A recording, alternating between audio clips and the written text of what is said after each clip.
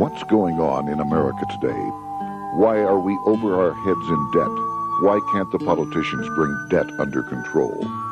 Why are so many people, often both parents now, working at low-paying, dead-end jobs and still making do with less? What's the future of the American economy and way of life? Why does the government tell us inflation is low when the buying power of our paychecks is declining at an alarming rate?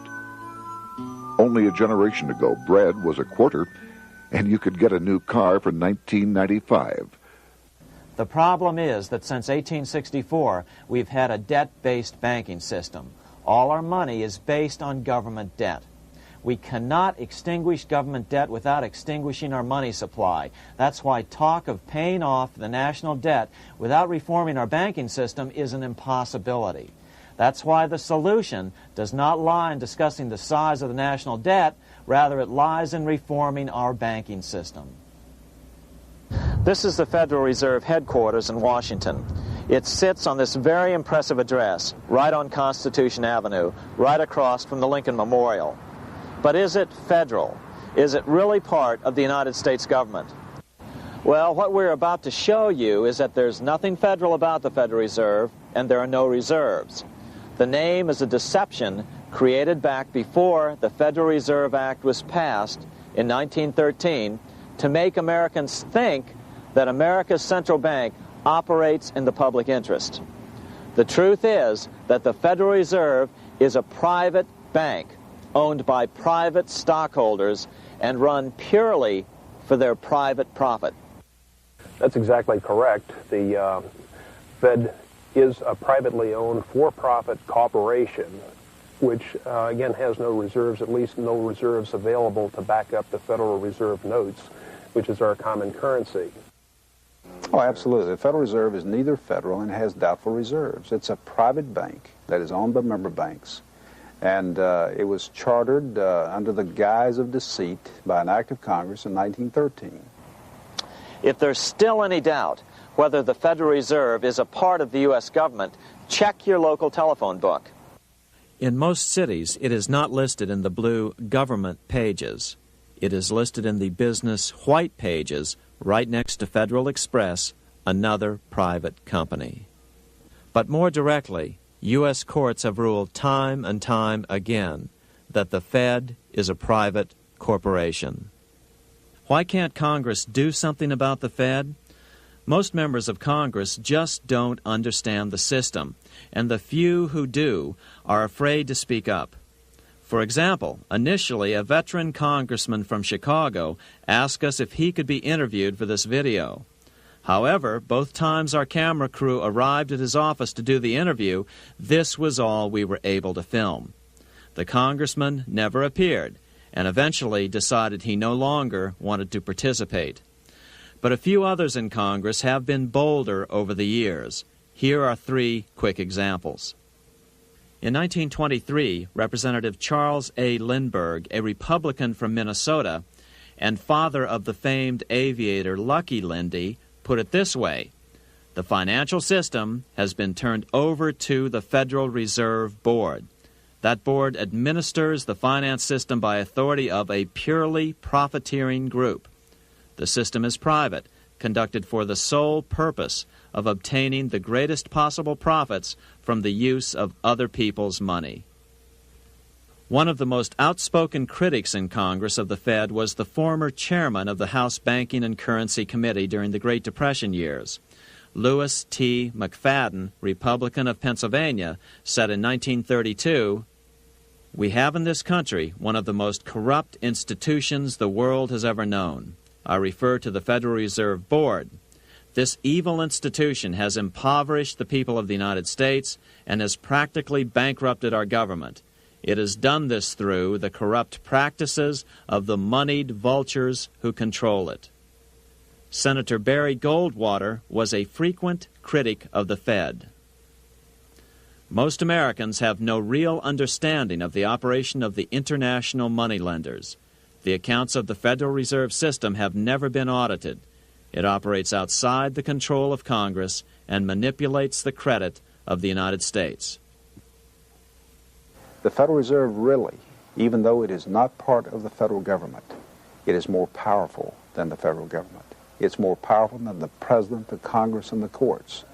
Now, a lot of people challenge me on that, but let me prove my case. The Federal Reserve determines what the average person's car payment is going to be, what their house payment is going to be, and whether they have a job or not. And I submit to you that that's total control. And the Federal Reserve is the largest single creditor of the United States government. What does Proverbs tell us? The borrower is servant to the lender.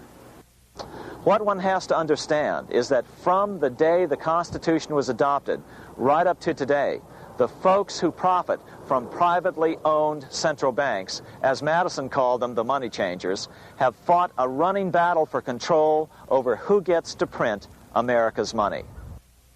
Why is who prints the money so important? Think of money as just another commodity. If you have a monopoly on a commodity that everyone needs, everyone wants, and nobody has enough of, there are lots of ways to make a profit, and also exert tremendous political influence. That's what this battle is all about. Throughout the history of the United States, the money power has gone back and forth between Congress and some sort of privately owned central bank. The Founding Fathers knew the evils of a privately owned central bank. First of all, they had seen how the privately owned British central bank, the Bank of England, had run up the British national debt to such an extent that Parliament had been forced to place unfair taxes on the American colonies. In fact, as we'll see later, Ben Franklin claimed that this was the real cause of the American Revolution. Most of the Founding Fathers realized the potential dangers of banking and feared bankers' accumulation of wealth and power. Jefferson put it this way: I sincerely believe that banking institutions are more dangerous to our liberties than standing armies. The issuing power should be taken from the banks and restored to the people to whom it properly belongs. That succinct statement of Jefferson is, in fact, the solution to all our economic problems today. It bears repeating.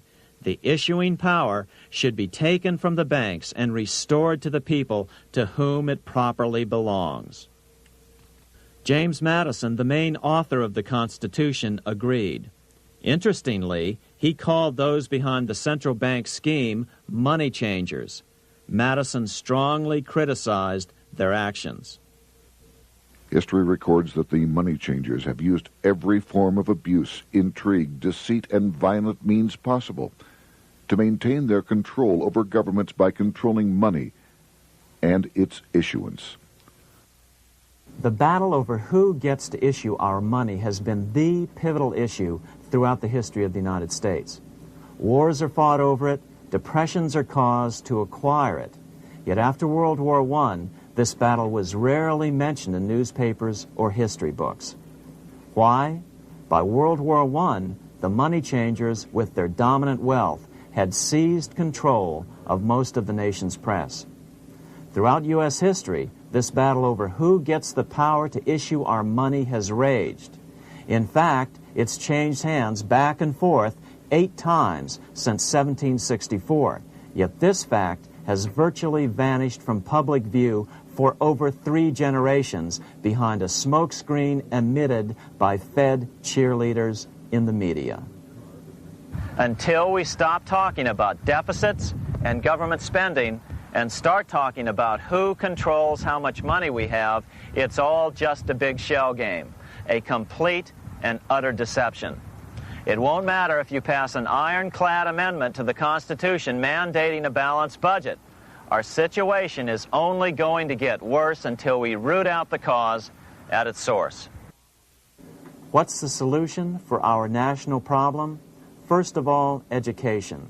That's what this video presentation is all about. But secondly, we must act. We must take back the power to issue our own money. Issuing our own money is not a radical solution. I want to stress that. It's the same solution used at different points in U.S. history by men like Benjamin Franklin, Thomas Jefferson, Andrew Jackson, Martin Van Buren, and Abraham Lincoln. So, to sum it up, in 1913, Congress gave an independent central bank, deceptively named the Federal Reserve, a monopoly over issuing America's money, and the debt generated by this quasi-private corporation is what is killing the American economy. Though the Federal Reserve is now the most powerful central bank in the world, it was not the first. So where did this idea come from? To really understand the magnitude of the problem, we have to travel back to Europe. Just who are these money changers James Madison spoke of? In the Bible, 2,000 years ago, Jesus drove the money changers from the temple. It was the only time Jesus used force during his ministry. What were money changers doing in the temple? When Jews came to Jerusalem to pay their temple tax, they could only pay it with a special coin, the half shekel of the sanctuary. This was a half ounce of pure silver about this size. It was the only coin around at that time which was pure silver and of assured weight without the image of a pagan emperor. Therefore, to Jews, the half shekel was the only coin acceptable to God. But these coins were not plentiful. The money changers had cornered the market on them. Then they raised the price, just like any other commodity, to whatever the market would bear. In other words, money changers were making exorbitant profits because they held a virtual monopoly on money. The Jews had to pay whatever they demanded. To Jesus, this totally violated the sanctity of God's house.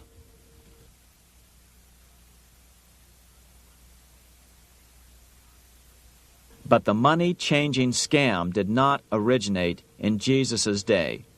200 years before Christ, Rome was having trouble with money changers. 2 early Roman emperors had tried to diminish the power of the money changers by reforming usury laws and limiting land ownership to 500 acres. They were both assassinated. In 48 B.C., Julius Caesar took back the power to coin money from the money changers and minted coins for the benefit of all. With this new, plentiful supply of money, he built great public works projects.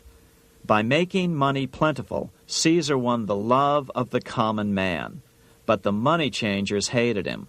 Some believe this was an important factor in Caesar's assassination.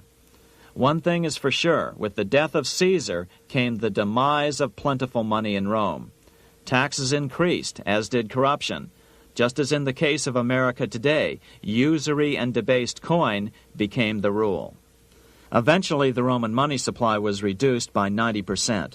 As a result, the common people lost their lands and their homes, just as is about to happen soon in America. With the demise of plentiful money, the masses lost confidence in the Roman government and refused to support it. Rome plunged into the gloom of the Dark Ages.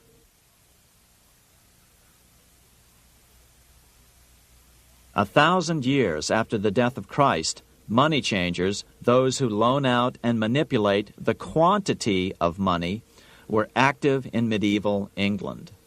In fact, they were so active that acting together, they could manipulate the entire English economy.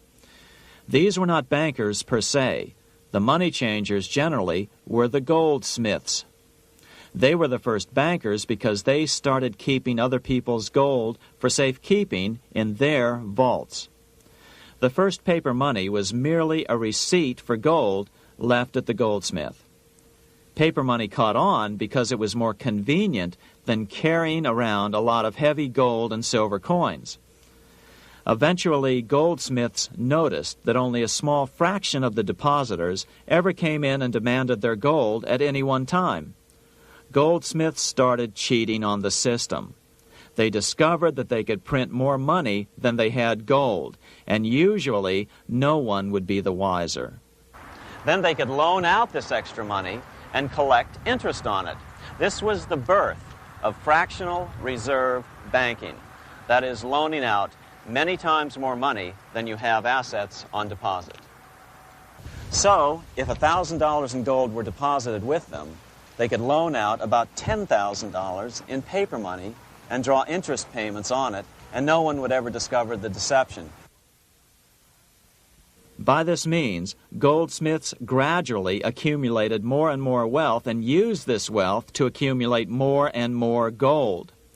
Today, this practice of loaning out more money than there are reserves is known as fractional reserve banking. Every bank in the United States is allowed to loan out at least 10 times more money than they actually have. That's why they get rich on charging, let's say, 8% interest. It's not really 8% per year, which is their income. It's 80%. That's why bank buildings are always the largest in town.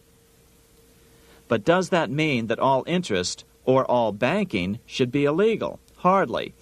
In the Middle Ages, canon law, the law of the Catholic Church, forbade charging interest on loans.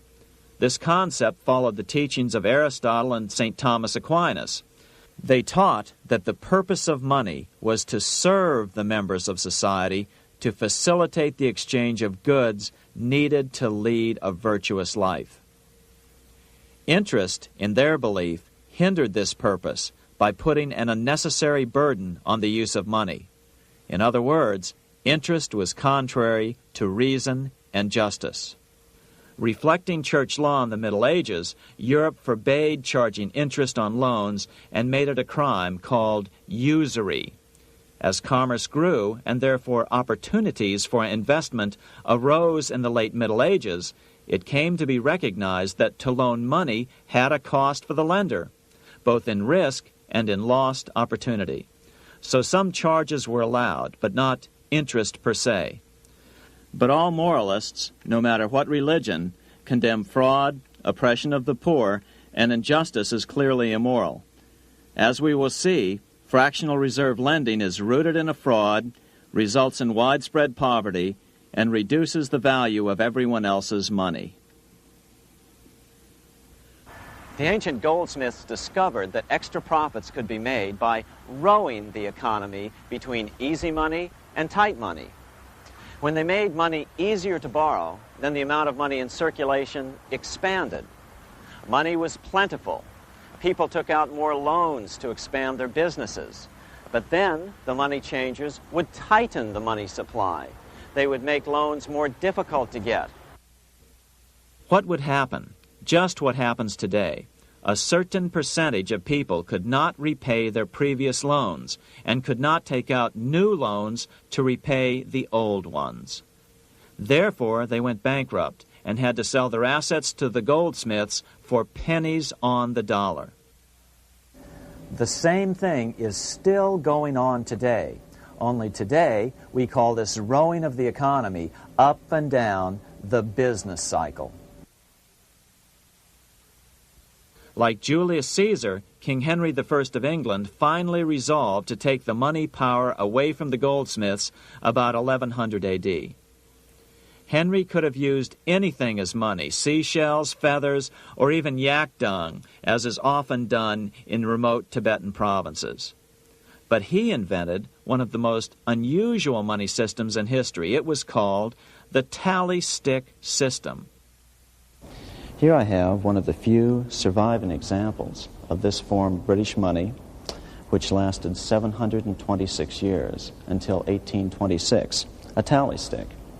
The tally system was adopted to avoid the monetary manipulation of the goldsmiths. Tally sticks were money fabricated out of sticks of polished wood. Notches were cut along one edge of the stick to indicate the denominations. Then the stick was split lengthwise through the notches so that both pieces still had a record of the notches. The king kept one half to protect against counterfeiting. Then he would spend the other half into the economy and they would circulate as money. This particular tally stick is huge. It represented 25,000 pounds. One of the original stockholders in the Bank of England purchased his original shares with this stick. In other words, he bought shares in the world's richest and most powerful corporation with a stick of wood. It's ironic that after its formation in 1694, the Bank of England attacked the tally stick system because it was money outside the power of the money changers, just as King Henry had wanted it to be. Why do people accept sticks of wood for money? That's a great question. Throughout history, people traded anything they thought had value and used as money. You see, the secret is that money is only what people agree on to use as money. What's our paper money today? It's really just paper. But here's the trick. King Henry ordered that tally sticks had to be used to pay the king's taxes. This built-in demand for tally sticks immediately made them circulate and be accepted as money. And they worked well. In fact, no other form of money has worked so well for so long as tally sticks. Keep in mind, the British Empire was built under the tally stick system. The tally stick system succeeded despite the fact that the money changers constantly attacked it by offering the metal coin system as competition. In other words, metal coins never went completely out of circulation, but tally sticks hung on because they were good for the payment of taxes. Finally, in the 1500s, King Henry VIII relaxed the laws concerning usury, and the money changers wasted no time reasserting themselves. They quickly made their gold and silver money plentiful for a few decades. But when Queen Mary took the throne and tightened the usury laws again, the money changers renewed the hoarding of gold and silver coins, forcing the economy to plummet. When Queen Mary's sister, Queen Elizabeth I, took the throne, she was determined to regain control over English money. Her solution was to issue gold and silver coins from the public treasury and take the control over the money supply away from the money changers. Although control over money was not the only cause of the English Revolution in 1642, religious differences fueled the conflict. Monetary policy played a major role. Financed by the money changers, Oliver Cromwell finally overthrew King Charles, purged the Parliament, and put the king to death. The money changers were immediately allowed to consolidate their financial power. The result was that for the next 50 years, the money changers plunged Great Britain into a series of costly wars. They took over a square mile of property in the center of London, known as the City of London. This area today is still known as one of the 3 predominant financial centers of the world. Conflicts with the Stuart kings led the money changers in England to combine with those in the Netherlands to finance the invasion of William of Orange, who overthrew the Stuarts in 1688 and took the English throne.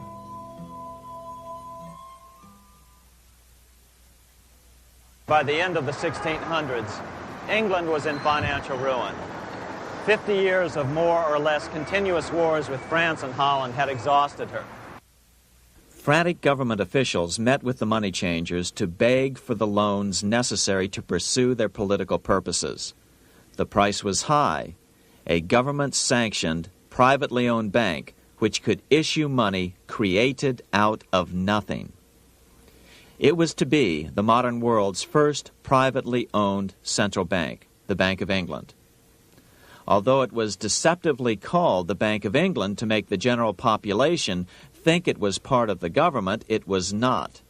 Like any other private corporation, the Bank of England sold shares to get started. The investors, whose names were never revealed, were supposed to put up £1.25 million British pounds in gold coin to buy their shares in the bank, but only £750,000 was ever received. Despite that, the bank was duly chartered in 1694 and started out in the business of loaning out several times the money it supposedly had in reserves, all at interest. In exchange, the new bank would loan British politicians as much of the new currency as they wanted, as long as they secured the debt by direct taxation of the British people. So, legalization of the Bank of England amounted to nothing less than legal counterfeiting of a national currency for private gain.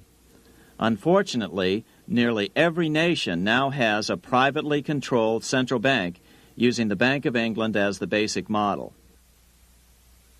Such is the power of these central banks that they soon take total control over a nation's economy.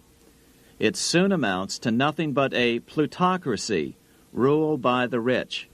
It would be like putting control of the army in the hands of the mafia. The danger of tyranny would be extreme. Yes, we need central banks. No, we do not need them in private hands. The central bank scam is really a hidden tax. The nation sells bonds to the central bank to pay for things it does not have the political will to raise taxes to pay for. But the bonds are purchased with money the central bank creates out of nothing. More money in circulation makes your money worth less. The government gets as much money as it needs, and the people pay for it in inflation. The beauty of the plan is that not one person in 1,000 can figure it out because it's usually hidden behind complex-sounding economics gibberish. With the formation of the Bank of England, the nation was soon awash in money. Prices throughout the country doubled. Massive loans were granted for just about any wild scheme.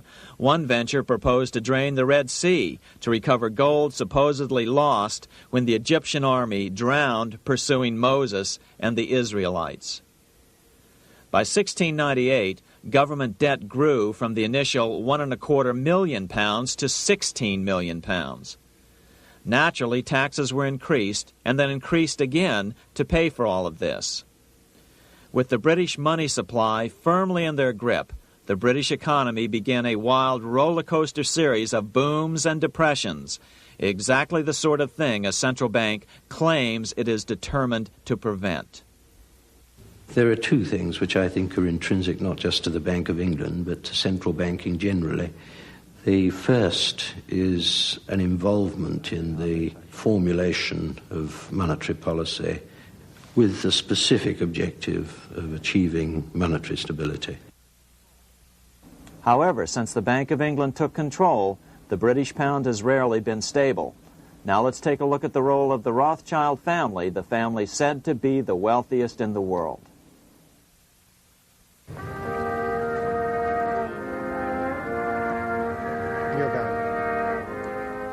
This is Frankfurt, Germany.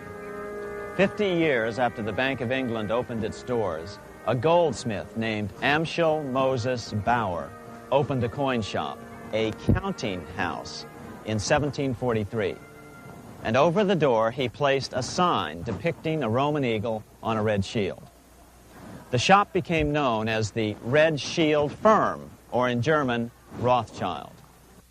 When his son, Amschel Meyer Bauer, inherited the business, he decided to change his name to Rothschild.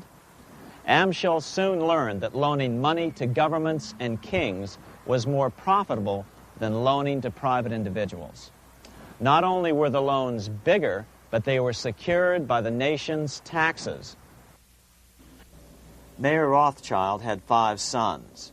He trained them all in the skills of money creation, then sent them out to the major capitals of Europe to open branch offices of the family banking business. His first son, Amschel Meyer, stayed in Frankfurt to mind the hometown bank. His second son, Solomon, was sent to Vienna. His third son, Nathan, was clearly the most clever.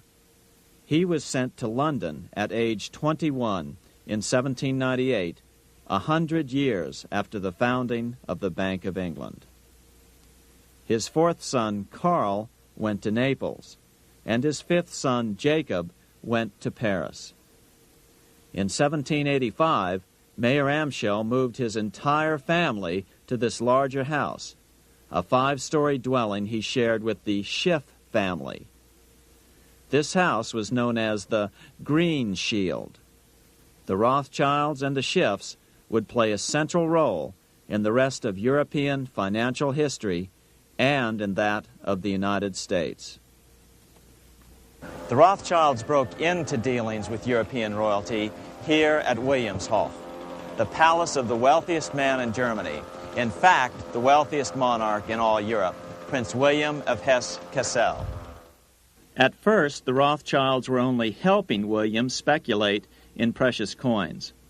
But when Napoleon chased Prince William into exile, he sent £550,000, a gigantic sum at that time, to Nathan Rothschild in London with instructions for him to buy consols, British government bonds, also called government stock. But Rothschild used the money for his own purposes. With Napoleon on the loose, the opportunities of wartime investments were nearly limitless. William returned here sometime prior to the Battle of Waterloo in 1815. He summoned Rothschild and demanded his money back. The Rothschilds returned William's money with the interest the British consuls would have paid him had the investment actually been made. But the Rothschilds kept all the past profits they had made using William's money. Nathan Rothschild later bragged that in the 17 years he'd been in England, he'd increased his original £20,000 stake given to him by his father by 2,500 times. By cooperating within the family, the Rothschilds soon grew unbelievably wealthy. By the mid-1800s, they dominated all European banking and were certainly the wealthiest family in the world. They financed Cecil Rhodes, making it possible for him to establish a monopoly over the diamond and gold fields of South Africa. In America, they financed the Harrimans and railroads, the Vanderbilts and railroads and the press, and Carnegie in the steel industry, among many others. In fact, during World War I, J.P. Morgan was thought to be the richest man in America. But after his death, it was discovered that he was actually only a lieutenant of the Rothschilds. Once Morgan's will was made public, it was discovered that he owned only 19% of J.P. Morgan companies. By 1850, James Rothschild, the heir of the French branch of the family, was said to be worth 600 million French francs, 150 million more than all the other bankers in France put together. He built this mansion called Ferrier, just east of Paris. Wilhelm I, on seeing it, exclaimed, "Kings couldn't afford this. It could only belong to a Rothschild." Another 19th century French commentator put it this way: "There is but one power in Europe, and that is Rothschild." There is no evidence that their predominant standing in European or world finance has changed. Now let's take a look at the results the Bank of England had produced on the British economy and how that later was the root cause of the American Revolution.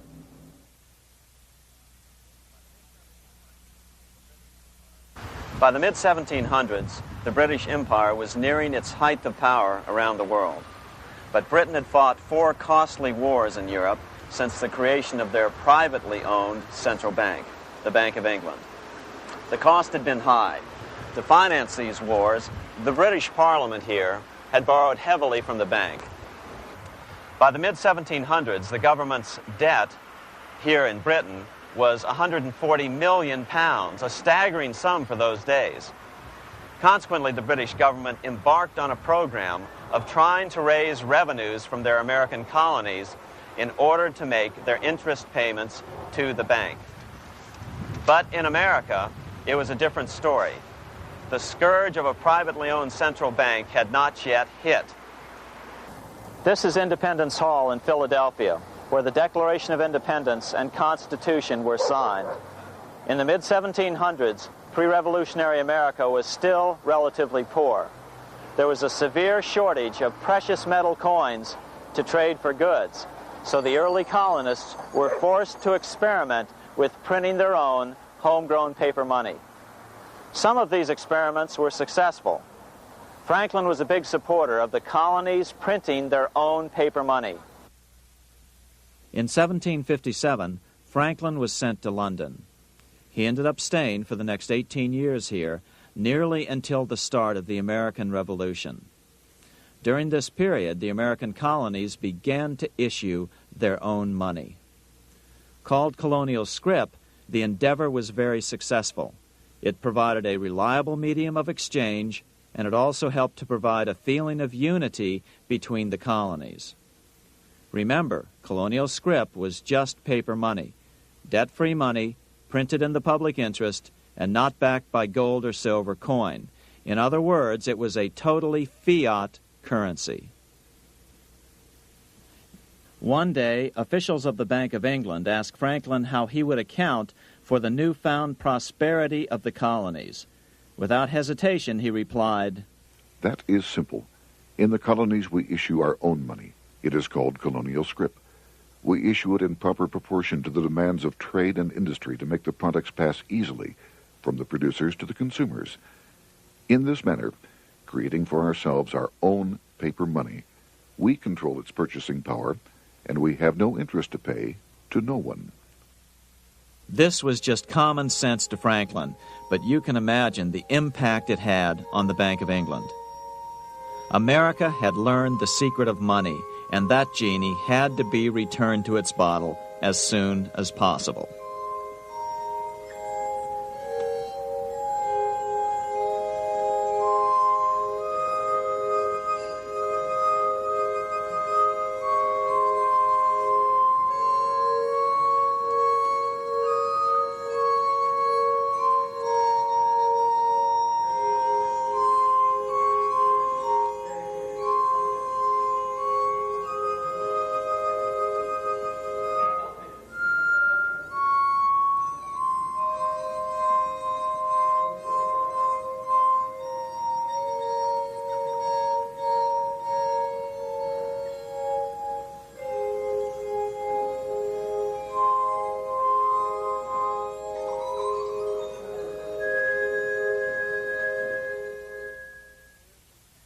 As a result, Parliament hurriedly passed the Currency Act of 1764.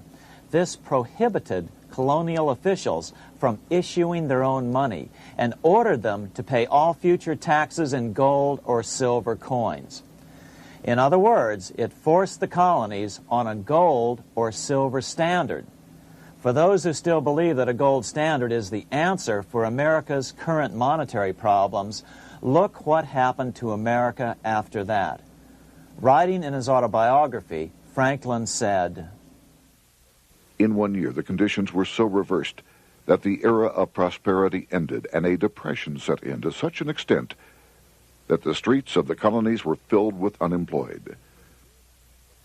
Franklin claims that this was even the basic cause for the American Revolution. As Franklin put it in his autobiography, The colonies would gladly have borne a little tax on tea and other matters had it not been that England took away from the colonies their money, which created unemployment and dissatisfaction. The inability of the colonists to get the power to issue their own money permanently out of the hands of George III and the international bankers was the prime reason for the Revolutionary War. By the time the first shots were fired in Lexington, Massachusetts, on April 19, 1775, the colonies had been drained of gold and silver coin by British taxation. As a result, the Continental government had no choice but to print money to finance the war. At the start of the Revolution, the U.S. money supply stood at $12 million. By the end of the war, it was nearly $500 million. As a result, the currency was virtually worthless. Shoes sold for $5,000 a pair. Colonial scrip had worked because just enough was issued to facilitate trade. As George Washington lamented, "A wagon load of money will scarcely purchase a wagon load of provisions." Today, those who support a gold-backed currency point to this period during the Revolution to demonstrate the evils of a fiat currency. But remember, the same currency had worked so well 20 years earlier during times of peace that the Bank of England had Parliament outlaw it. Towards the end of the Revolution, the Continental Congress, meeting here at Independence Hall, grew desperate for money. In 1781, they allowed Robert Morris, their financial superintendent, to open a privately owned central bank. Incidentally, Morris was a wealthy man who had grown wealthier during the Revolution by trading in war materials. Called the Bank of North America, the new bank was closely modeled after the Bank of England. It was allowed to practice fractional reserve banking. That is, it could lend out money it didn't have, then charge interest on it. If you or I were to do that, we would be charged with fraud, a felony. The bank's charter called for private investors to put up $400,000 worth of initial capital. But when Morris was unable to raise the money, he brazenly used his political influence to have gold deposited in the bank, which had been loaned to America by France. He then loaned this money to himself and his friends to reinvest in shares of the bank. And, like the Bank of England, the bank was given a monopoly over the national currency. Soon the dangers became clear. The value of American currency continued to plummet. So, 4 years later, in 1785, the bank's charter was not renewed. The leader of the effort to kill the bank, William Findley of Pennsylvania, explained the problem this way, quote, "This institution, having no principle but that of avarice, will never be varied in its object, to engross all the wealth, power, and influence of the state." The men behind the Bank of North America, Alexander Hamilton, Robert Morris, and the bank's president, Thomas Weiling, did not give up. Only 6 years later, Hamilton, then Secretary of the Treasury, and his mentor, Morris, rammed a new privately owned central bank through the new Congress. Called the first bank of the United States, Thomas Weiling again served as the bank's president. The players were the same, only the name of the bank was changed.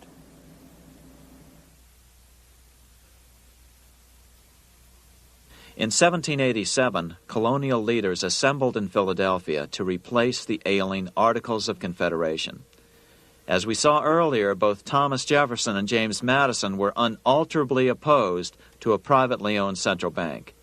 They had seen the problems caused by the Bank of England. They wanted nothing of it. As Jefferson later put it, "If the American people ever allow private banks to control the issue of their currency, first by inflation, then by deflation, the banks and the corporations which grow up around them will deprive the people of all property until their children wake up homeless on the continent their fathers conquered." During the debate over the future monetary system, another one of the founding fathers, Gouverneur Morris, castigated the motivations of the owners of the Bank of North America. Gouverneur Morris headed the committee that wrote the final draft of the Constitution. Morris knew the motivations of the bank well. Along with his old boss, Robert Morris, Gouverneur Morris and Alexander Hamilton were the ones who had presented the original plan for the Bank of North America to the Continental Congress in the last year of the Revolution. In a letter he wrote to James Madison on July 2nd, 1787, Gouverneur Morris revealed what was really going on. "The rich will strive to establish their dominion and enslave the rest. They always did. They always will. They will have the same effect here as elsewhere if we do not, by the power of government, keep them in their proper spheres." Despite the defection of Gouverneur Morris from the ranks of the bank, Hamilton, Robert Morris, Thomas Weiling, and their European backers were not about to give up. They convinced the bulk of the delegates to the Constitutional Convention to not give Congress the power to issue paper money. Most of the delegates were still reeling from the wild inflation of the paper currency during the Revolution. They had forgotten how well colonial scrip had worked before the war. But the Bank of England had not. The money changers could not stand to have America printing her own money again.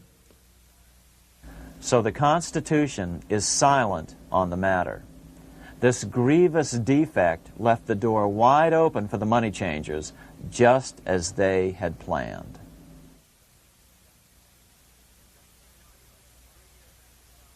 In 1790, less than 3 years after the Constitution had been signed, the money changers struck again. The newly appointed first Secretary of the Treasury, Alexander Hamilton, proposed a bill to the Congress calling for a new, privately owned central bank. Coincidentally, that was the very year that Amschel Rothschild made his pronouncement from his flagship bank in Frankfurt. Let me issue and control a nation's money, and I care not who writes the laws. Alexander Hamilton was a tool of the international bankers, and he wanted to create the U.S. Bank, the BUS, or the Bank of the United States, and did so. Interestingly, one of Hamilton's first jobs after graduating from law school in 1782 was as an aide to Robert Morris, the head of the Bank of North America. In fact, the year before, Hamilton had written Morris a letter saying, "A national debt, if it is not excessive, will be to us a national blessing." A blessing to whom?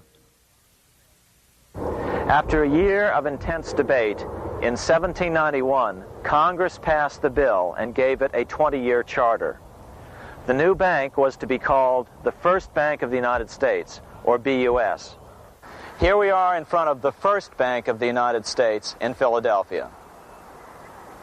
The bank was given a monopoly on printing U.S. currency, even though 80% of its stock would be held by private investors. The other 20% would be purchased by the U.S. government. But the reason was not to give the government a piece of the action. It was to provide the capital for the other 80% owners. As with the old Bank of North America and the Bank of England before that, the stockholders never paid the full amount for their shares. The U.S. government put up their initial $2 million in cash. Then the bank, through the old magic of fractional reserve lending, made loans to its charter investors so they could come up with the remaining $8 million of capital needed for this risk-free investment. Like the Bank of England, the name of the Bank of the United States was deliberately chosen to hide the fact that it was privately controlled. And like the Bank of England, the names of the investors in the bank were never revealed. Many years later, it was a common saying that the Rothschilds were the power behind the old Bank of the United States. The bank was sold to Congress as a way to bring stability to the banking system and eliminate inflation. So what happened? Over the first 5 years, the U.S. government borrowed $8.2 million from the Bank of the United States. In the same 5-year period, prices rose by 72%. Jefferson, as the new Secretary of State, watched the borrowing with sadness and frustration, unable to stop it. I wish it were possible to obtain a single amendment to our Constitution, taking from the federal government the power of borrowing. Millions of Americans feel the same way today. They watch in helpless frustration as the federal government borrows the American economy into oblivion. So, although it was called the First Bank of the United States, it was not the first attempt at a privately owned central bank in this country. As with the Bank of North America, the government put up most of the cash to get this private bank going, then the bankers loaned the money to each other to buy the remaining stock in the bank. It was a scam, plain and simple, and they wouldn't be able to get away with it for long. But first, we have to travel back to Europe to see how a single man was able to manipulate the entire British economy by obtaining the first news of Napoleon's final defeat.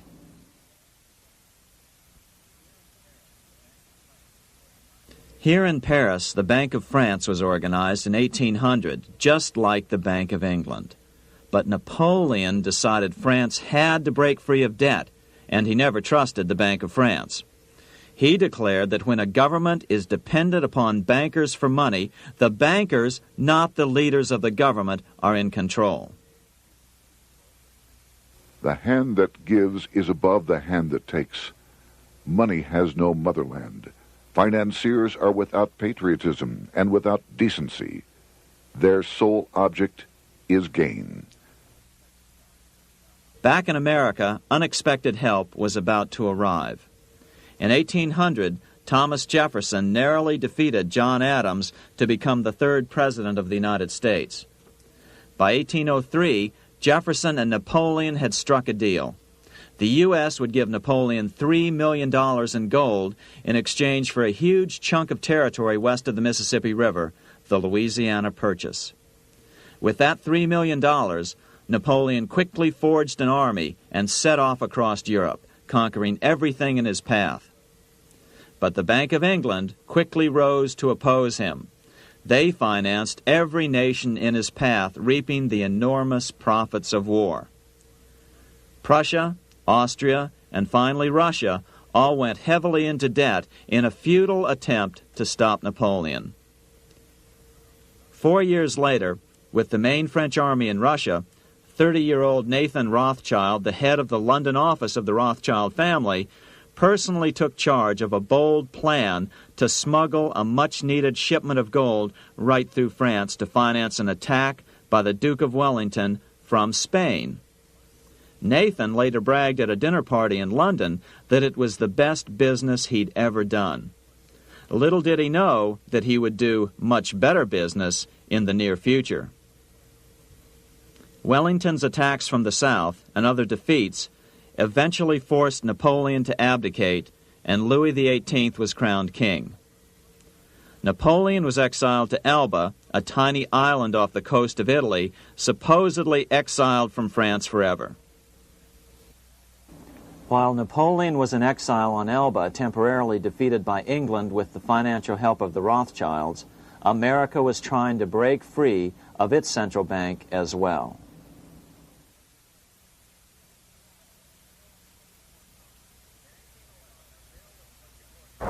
In 1811, a bill was put before Congress to renew the charter of the Bank of the United States. The debate grew very heated, and the legislatures of both Pennsylvania and Virginia passed resolutions asking Congress to kill the bank. The press corps of the day attacked the bank openly, calling it a great swindle, a vulture, a viper, and a cobra. Oh, to have an independent press once again in America. A congressman named P.B. Porter attacked the bank from the floor of Congress, saying if the bank's charter was renewed, Congress, quote, will have planted in the bosom of this Constitution a viper, which one day or another will sting the liberties of this country to the heart, close quote. Prospects didn't look that good for the bank. Some writers have even claimed that Nathan Rothschild warned that the United States would find itself involved in a most disastrous war if the bank's charter were not renewed. But it wasn't enough. When the smoke had cleared, the renewal bill was defeated by a single vote in the House and was deadlocked in the Senate. By now, America's fourth president, James Madison, was in the White House. Remember, Madison was a staunch opponent of the bank. His vice president, George Clinton, broke a tie in the Senate and sent the bank into oblivion. Within 5 months, England attacked the U.S., and the War of 1812 was on. But the British were still busy fighting Napoleon, and so the War of 1812 ended in a draw in 1814. Though the money changers were temporarily down, they were far from out. It would take them only another 2 years to bring back their bank bigger and stronger than ever.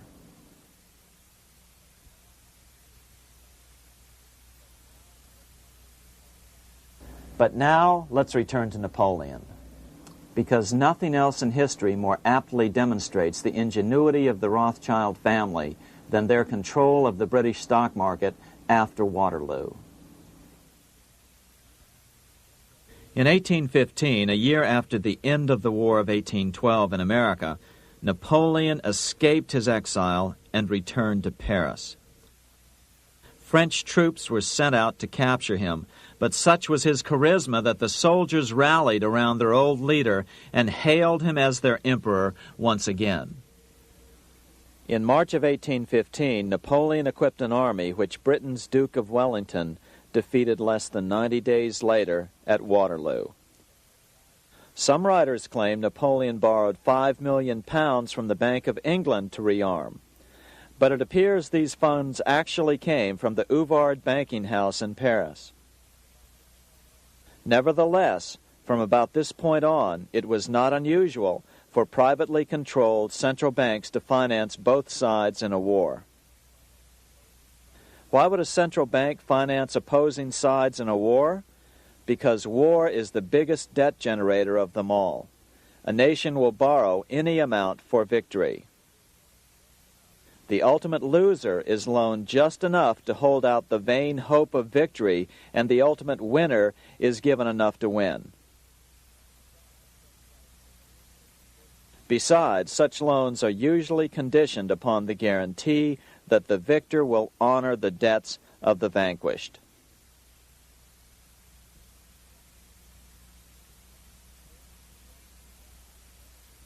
This is the Waterloo battlefield about 200 miles northeast of Paris in what today is Belgium. Here Napoleon suffered his final defeat, but not before thousands of French and Englishmen gave their lives on a steamy summer day in July of 1815. Right over there, on June 18, 1815, 74,000 French troops met 67,000 troops from Britain and other European nations. The outcome was certainly in doubt. In fact, had Napoleon attacked a few hours earlier, he would probably have won the battle. But no matter who won or lost, back in London, Nathan Rothschild planned to use the opportunity to try to seize control over the British stock and bond market and possibly even the Bank of England. Rothschild stationed a trusted agent, a man named Rothworth, on the north side of the battlefield, closer to the English Channel. Once the battle had been decided, Rothworth took off for the Channel. He delivered the news to Nathan Rothschild a full 24 hours before Wellington's own courier. Rothschild hurried to the stock market and took up his usual position in front of an ancient pillar. All eyes were on him. The Rothschilds had a legendary communications network. If Wellington had been defeated and Napoleon was loose on the continent again, Britain's financial situation would become grave indeed. Rothschild looked saddened. He stood there motionless, eyes downcast. Then suddenly he began selling. Other nervous investors saw that Rothschild was selling. It could only mean one thing. Napoleon must have won, Wellington must have lost. The market plummeted. Soon everyone was selling their consols, their British government bonds, and prices dropped sharply. But then Rothschild started secretly buying up the consols through his agents for only a fraction of their worth hours before. Myths, legends, you say? 100 years later, the New York Times ran a story which said that Nathan's grandson had attempted to secure a court order to suppress a book with this stock market story in it. The Rothschild family claimed the story was untrue and libelous, but the court denied the Rothschilds' request and ordered the family to pay all court costs. What's even more interesting about this story is that some authors claim that the day after the Battle of Waterloo, in a matter of hours, Nathan Rothschild came to dominate not only the bond market, but the Bank of England as well. Whether or not the Rothschild family seized control of the Bank of England, the first privately owned central bank in a major European nation and the wealthiest, one thing is certain. By the mid-1800s, the Rothschilds were the richest family in the world, bar none. They dominated the new government bond markets and branched into other banks and industrial concerns. In fact, the rest of the 19th century was known as the Age of the Rothschilds. Despite this overwhelming wealth, the family has generally cultivated an aura of invisibility. Although the family controls scores of industrial, commercial, mining, and tourist corporations, only a handful bear the Rothschild name. By the end of the 19th century, one expert estimated that the Rothschild family controlled half the wealth of the world. Whatever the extent of their vast wealth, it is reasonable to assume that their percentage of the world's wealth has increased since then.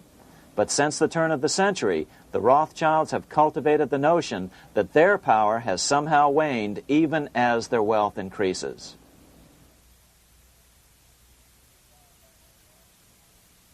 Meanwhile, back in Washington in 1816, just 1 year after Waterloo and Rothschild's alleged takeover of the Bank of England, the American Congress passed a bill permitting yet another privately owned central bank.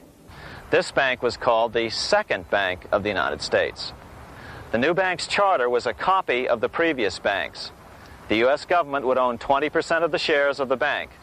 Of course, the federal share was paid by the Treasury up front into the bank's coffers. Then, through the magic of fractional reserve lending, it was transformed into loans to private investors who then bought the remaining 80% of the shares.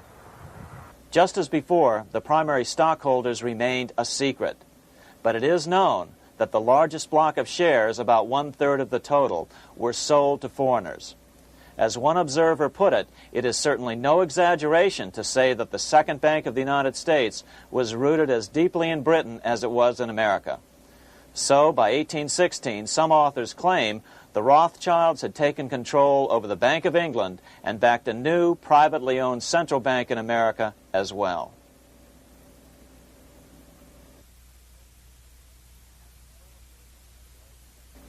After 12 years of manipulations of the U.S. economy on the part of the Second Bank of the U.S., the American people had had just about enough. Opponents of the bank nominated a dignified senator from Tennessee, Andrew Jackson, the hero of the Battle of New Orleans, to run for president. This is his home, the Hermitage. No one gave Jackson a chance initially. The bank had long ago learned how the political process could be controlled with money. To the surprise and dismay of the money changers, Jackson was swept into office in 1828. Jackson was determined to kill the bank at the first opportunity and wasted no time in trying to do so. But the bank's 20-year charter didn't come up for renewal until 1836, the last year of his second term, if he could survive that long. During his first term, Jackson contented himself with rooting out the bank's many minions from government service. He fired 2,000 of the 11,000 employees of the federal government.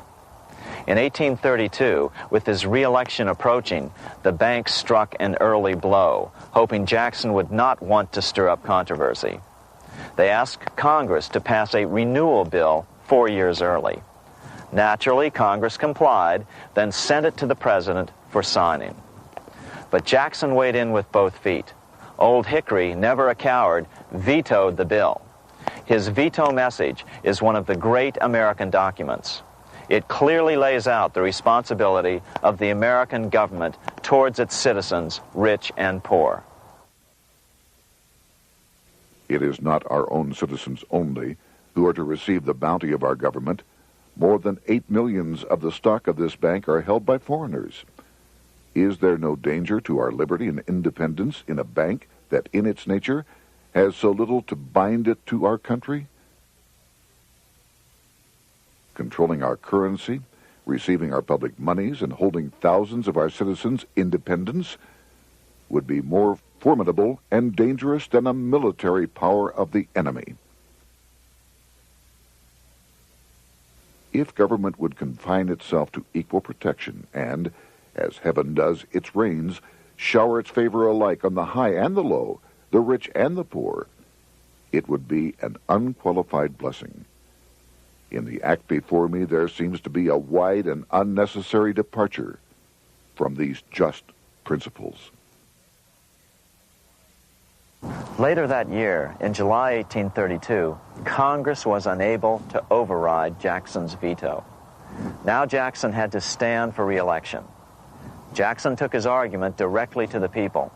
For the first time in U.S. history, Jackson took his presidential campaign on the road. Before then, presidential candidates stayed at home and looked presidential. His campaign slogan was "Jackson and no bank." The National Republican Party ran Senator Henry Clay against Jackson.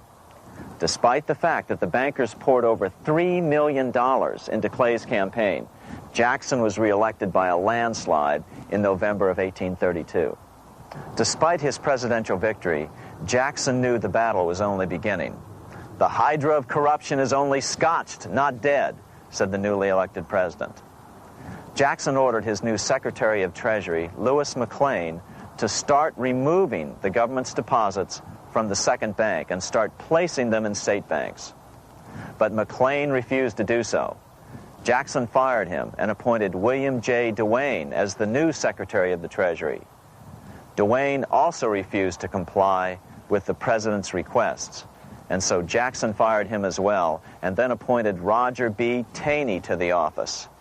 Taney did withdraw government funds from the bank starting on October 1st, 1833.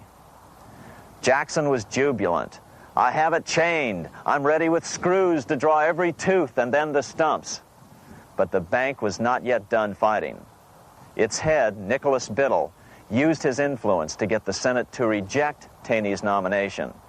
Then, in a rare show of arrogance, Biddle threatened to cause a depression if the bank was not rechartered. This worthy president thinks that because he has scalped Indians and imprisoned judges, he is to have his way with the bank. He is mistaken. Next, in an unbelievable fit of honesty for a central banker, Biddle admitted that the bank was going to make money scarce to force Congress to restore the bank. Nothing but widespread suffering will produce any effect on Congress. Our only safety is in pursuing a steady course of firm restriction, and I have no doubt that such a course will ultimately lead to restoration of the currency and the recharter of the bank. What a stunning revelation. Here was the pure truth, revealed with shocking clarity. Biddle intended to use the money contraction power of the bank to cause a massive depression until America gave in. Unfortunately, this has happened time and time again throughout U.S. history and is about to happen again in today's world. Nicholas Biddle made good on his threat. The bank sharply contracted the money supply by calling in old loans and refusing to extend new ones. A financial panic ensued, followed by a deep depression. Naturally, Biddle blamed Jackson for the crash, saying that it was caused by the withdrawal of federal funds from the bank. Unfortunately, his plan worked well. Wages and prices sagged. Unemployment soared along with business bankruptcies. The nation quickly went into an uproar. Newspaper editors blasted Jackson in editorials. The bank threatened to withhold payments, which then could be made directly to key politicians for their support. Within only months, Congress assembled in what was called the panic session. 6 months after he had withdrawn funds from the bank, Jackson was officially censured by a resolution which passed the Senate by a vote of 26 to 20. It was the first time a president had ever been censured by Congress. Jackson lashed out at the bank. "You are a den of vipers. I intend to rout you out, and by eternal God, I will rout you out." America's fate teetered on a knife edge. If Congress could muster enough votes to override Jackson's veto, the bank would be granted another 20-year monopoly or more over America's money, time enough to consolidate its already great power. Then a miracle occurred. The governor of Pennsylvania came out supporting President Jackson and strongly criticized the bank. On top of that, Biddle had been caught boasting in public about the bank's plan to crash the economy. Suddenly, the tide shifted. In April of 1834, the House of Representatives voted 134 to 82 against rechartering the bank. This was followed up by an even more lopsided vote to establish a special committee to investigate whether the bank had caused the crash. When the investigating committee arrived at the bank's door in Philadelphia, armed with a subpoena to examine the books, Biddle refused to give them up.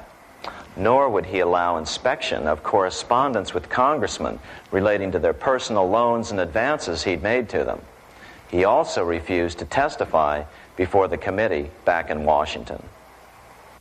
On January 8, 1835, Jackson paid off the final installment on the national debt, which had been necessitated by allowing the banks to issue currency for government bonds rather than simply issuing treasury notes without such debt. He was the only president to ever pay off the debt. A few weeks later, on January 30th, 1835, an assassin by the name of Richard Lawrence tried to shoot President Jackson, but by the grace of God, both pistols misfired. Lawrence was later found not guilty by reason of insanity. After his release, he bragged to friends that powerful people in Europe had put him up to the task and promised to protect him if he were caught. The following year, when its charter ran out, the Second Bank of the United States ceased functioning as the nation's central bank. Biddle was later arrested and charged with fraud. He was tried and acquitted, but died shortly thereafter while still tied up in civil suits. After his second term as president, Jackson retired here to the Hermitage outside of Nashville to live out his life. He is still remembered here for his determination to kill the bank. In fact, he killed it so well that it took the money changers 77 years to undo the damage. When asked what his most important accomplishment had been, Jackson replied, "I killed the bank." Unfortunately, even Jackson failed to grasp the entire picture and its root cause. Although Jackson had killed the central bank, the most insidious weapon of the money changers, fractional reserve banking, remained in use by the numerous state-chartered banks. This fueled economic instability in the years before the Civil War. Still, the central bankers were out, and as a result, America thrived as it expanded westward. During this time, the principal money changers struggled to regain their lost centralized power, but to no avail. Then, finally, they reverted to the old central bankers' formula: war to create debt and dependency. If they couldn't get their central bank any other way, America could be brought to its knees by plunging it into a civil war, just as they had done in 1812 after the first Bank of the United States was not rechartered. 1 month after the inauguration of Abraham Lincoln, the first shots of the American Civil War were fired here at Fort Sumter, South Carolina, on April 12, 1861. Certainly slavery was a cause for the Civil War, but not the primary cause. Lincoln knew that the economy of the South depended upon slavery, and so before the Civil War, he had no intention of eliminating it. Lincoln had put it this way in his inaugural address only 1 month earlier. I have no purpose, directly or indirectly, to interfere with the institution of slavery in the states where it now exists. I believe I have no lawful right to do so, and I have no inclination to do so. Even after the first shots were fired here at Fort Sumter, Lincoln continued to insist that the Civil War was not about the issue of slavery. My paramount objective is to save the Union, and it is not either to save or destroy slavery. If I could save the Union without freeing any slave, I would do it. So what was the Civil War all about? There were many factors at play. Northern industrialists had used protective tariffs to prevent the southern states from buying cheaper European goods. Europe retaliated by stopping cotton imports from the South. The southern states were in a double financial bind. They were forced to pay more for most of the necessities of life while their income from cotton exports plummeted. The South was angry. But there were other factors at work. The money changers were still stung by America's withdrawal from their control 25 years earlier. Since then, America's wildcat economy had made the nation rich, a bad example for the rest of the world. The central bankers now saw an opportunity to split the rich new nation, to divide and conquer by war. Was this just some sort of wild conspiracy theory at the time? Well, let's take a look at what a well-placed observer of the scene had to say at the time. His name was Otto von Bismarck, Chancellor of Germany, the man who united the German states a few years later. The division of the United States into federations of equal force was decided long before the Civil War by the high financial powers of Europe. These bankers were afraid that the United States, if they remained as one bloc and as one nation, would attain economic and financial independence which would upset their financial domination over the world. Within months after the first shots here at Fort Sumter, the central bankers loaned Napoleon III of France, the nephew of the Waterloo Napoleon, 210 million francs to seize Mexico and station troops along the southern border of the U.S., taking advantage of their war to violate the Monroe Doctrine and return Mexico to colonial rule.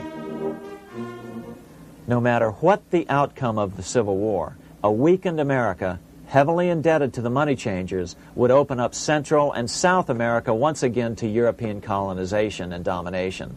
The very thing America's Monroe Doctrine had forbade in 1823. At the same time, Great Britain moved 11,000 troops into Canada and positioned them menacingly along America's northern border. The British fleet went to war alert should their quick intervention be called for. Lincoln knew he was in a double bind.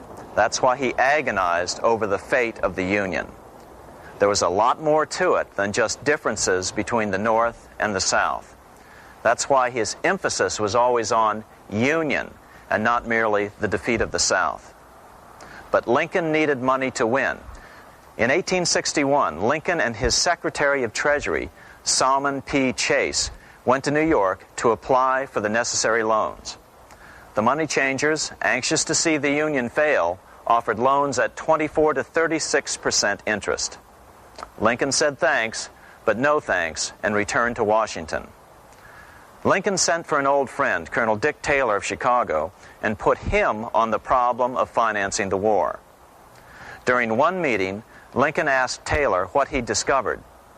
Taylor put it this way.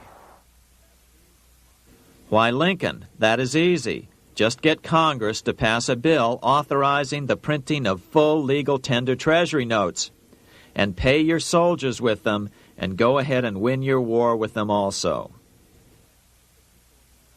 When Lincoln asked if the people of the United States would accept the notes, Taylor said, "The people, or anyone else, will not have any choice in the matter if you make them full legal tender. They will have the full sanction of the government and be just as good as any money, as Congress is given that express right by the Constitution." So that's exactly what Lincoln did. In 1862-63, he printed up $450 million worth of the new bills.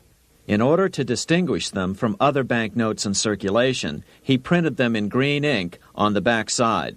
That's why the notes were called greenbacks. With this new money, Lincoln paid the troops and bought their supplies. During the course of the war, nearly $450 million worth of greenbacks were printed at no interest to the federal government. Lincoln understood who was really pulling the strings and what was at stake for the American people. This is how he explained his rationale. The government should create, issue, and circulate all the currency and credit needed to satisfy the spending power of the government and the buying power of consumers. The privilege of creating and issuing money is not only the supreme prerogative of government, but it is the government's greatest creative opportunity. By the adoption of these principles, the taxpayers will be saved immense sums of interest. Money will cease to be master and become the servant of humanity. A truly incredible editorial in the London Times explained the central bankers' attitude towards Lincoln's greenbacks.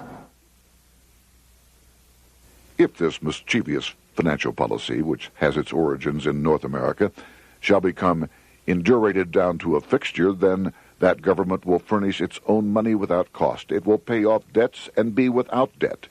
It will have all the money necessary to carry on its commerce. It will become prosperous without precedent in the history of the world. The brains and wealth of all countries will go to North America. That country must be destroyed, or it will destroy every monarchy on the globe. The scheme was effective, so effective that the next year, 1863, with Federal and Confederate troops beginning to mass for the decisive battle of the Civil War, and the Treasury in need of further congressional authority to issue more greenbacks, Lincoln allowed the bankers to push through the National Bank Act. These new national banks would operate under a virtual tax-free status and collectively had the exclusive monopoly power to create the new form of money, banknotes. Though greenbacks continued to circulate, their numbers were not increased. But most importantly, from this point on, the entire U.S. money supply would be created out of debt by bankers buying U.S. government bonds and issuing them for reserves for banknotes. As historian John Kenneth Galbraith explained it, in numerous years following the war, the federal government ran a heavy surplus. It could not, however, pay off its debt, retire its securities, because to do so meant there would be no bonds to back the national banknotes. To pay off the debt was to destroy the money supply. Later in 1863, Lincoln got some unexpected help from Tsar Alexander II of Russia. The Tsar, like Bismarck in Germany, knew what the international money changers were up to and had steadfastly refused to let them set up a central bank in Russia. If America survived and was able to remain out of their clutches, the Tsar's position would remain secure. If the bankers were successful at dividing America and giving the pieces back to Great Britain and France, both nations under control of their central banks, eventually they would threaten Russia again. So the Tsar gave orders that if either England or France actively intervened and gave aid to the South, Russia would consider such action as a declaration of war. He did the same with part of his Pacific Fleet and sent them to port in San Francisco. Lincoln was reelected the next year, 1864. Had he lived, he would surely have killed the national bank's money monopoly extracted from him during the war. On November 21, 1864, he wrote a friend the following: The money power preys upon the nation in times of peace and conspires against it in times of adversity. It is more despotic than monarchy, more insolent than autocracy, more selfish than bureaucracy. Shortly before Lincoln was murdered, his former Secretary of Treasury, Salmon P. Chase, bemoaned his role in helping secure the passage of the National Banking Act only 1 year earlier. My agency in promoting the passage of the National Banking Act was the greatest financial mistake in my life. It has built up a monopoly which affects every interest in the country. On April 14, 1865, 41 days after his second inauguration and just 5 days after Lee surrendered to Grant at Appomattox, Lincoln was shot by John Wilkes Booth at Ford's Theater. Bismarck, Chancellor of Germany, lamented the death of Abraham Lincoln. The death of Lincoln was a disaster for Christendom. There was no man in the United States great enough to wear his boots. I fear that foreign bankers, with their craftiness and tortuous tricks, will entirely corrupt the exuberant riches of America and use it systematically to corrupt modern civilization. They will not hesitate to plunge the whole of Christendom into wars and chaos in order that the earth should become their inheritance. Bismarck well understood the money changers' plan. Allegations that international bankers were responsible for Lincoln's assassination surfaced in Canada 70 years later in 1934. Gerald G. McGeer, a popular and well-respected Canadian attorney, revealed this stunning charge in a 5-hour speech before the Canadian House of Commons, blasting Canada's debt-based money system. Remember, it was 1934, the height of the Great Depression, which was ravaging Canada as well. McGeer had obtained evidence deleted from the public record, provided to him by Secret Service agents at the trial of John Wilkes Booth, after Booth's death. McGeer said it showed that Booth was a mercenary working for the international bankers. According to an article in the Vancouver Sun of May 2, 1934, Abraham Lincoln, the martyred emancipator of the slaves, was assassinated through the machinations of a group representative of the international bankers who feared the United States president's national credit ambitions. There was only one group in the world at that time who had any reason to desire the death of Lincoln. They were the men opposed to his national currency program and who had fought him throughout the whole Civil War on his policy of greenback currency. Interestingly, McGeer claimed that Lincoln was assassinated not only because international bankers wanted to reestablish a central bank in America, but because they also wanted to base America's currency on gold. Gold they controlled. In other words, put America on a gold standard. Lincoln had done just the opposite by issuing U.S. notes, greenbacks, which were based purely on the good faith and credit of the United States.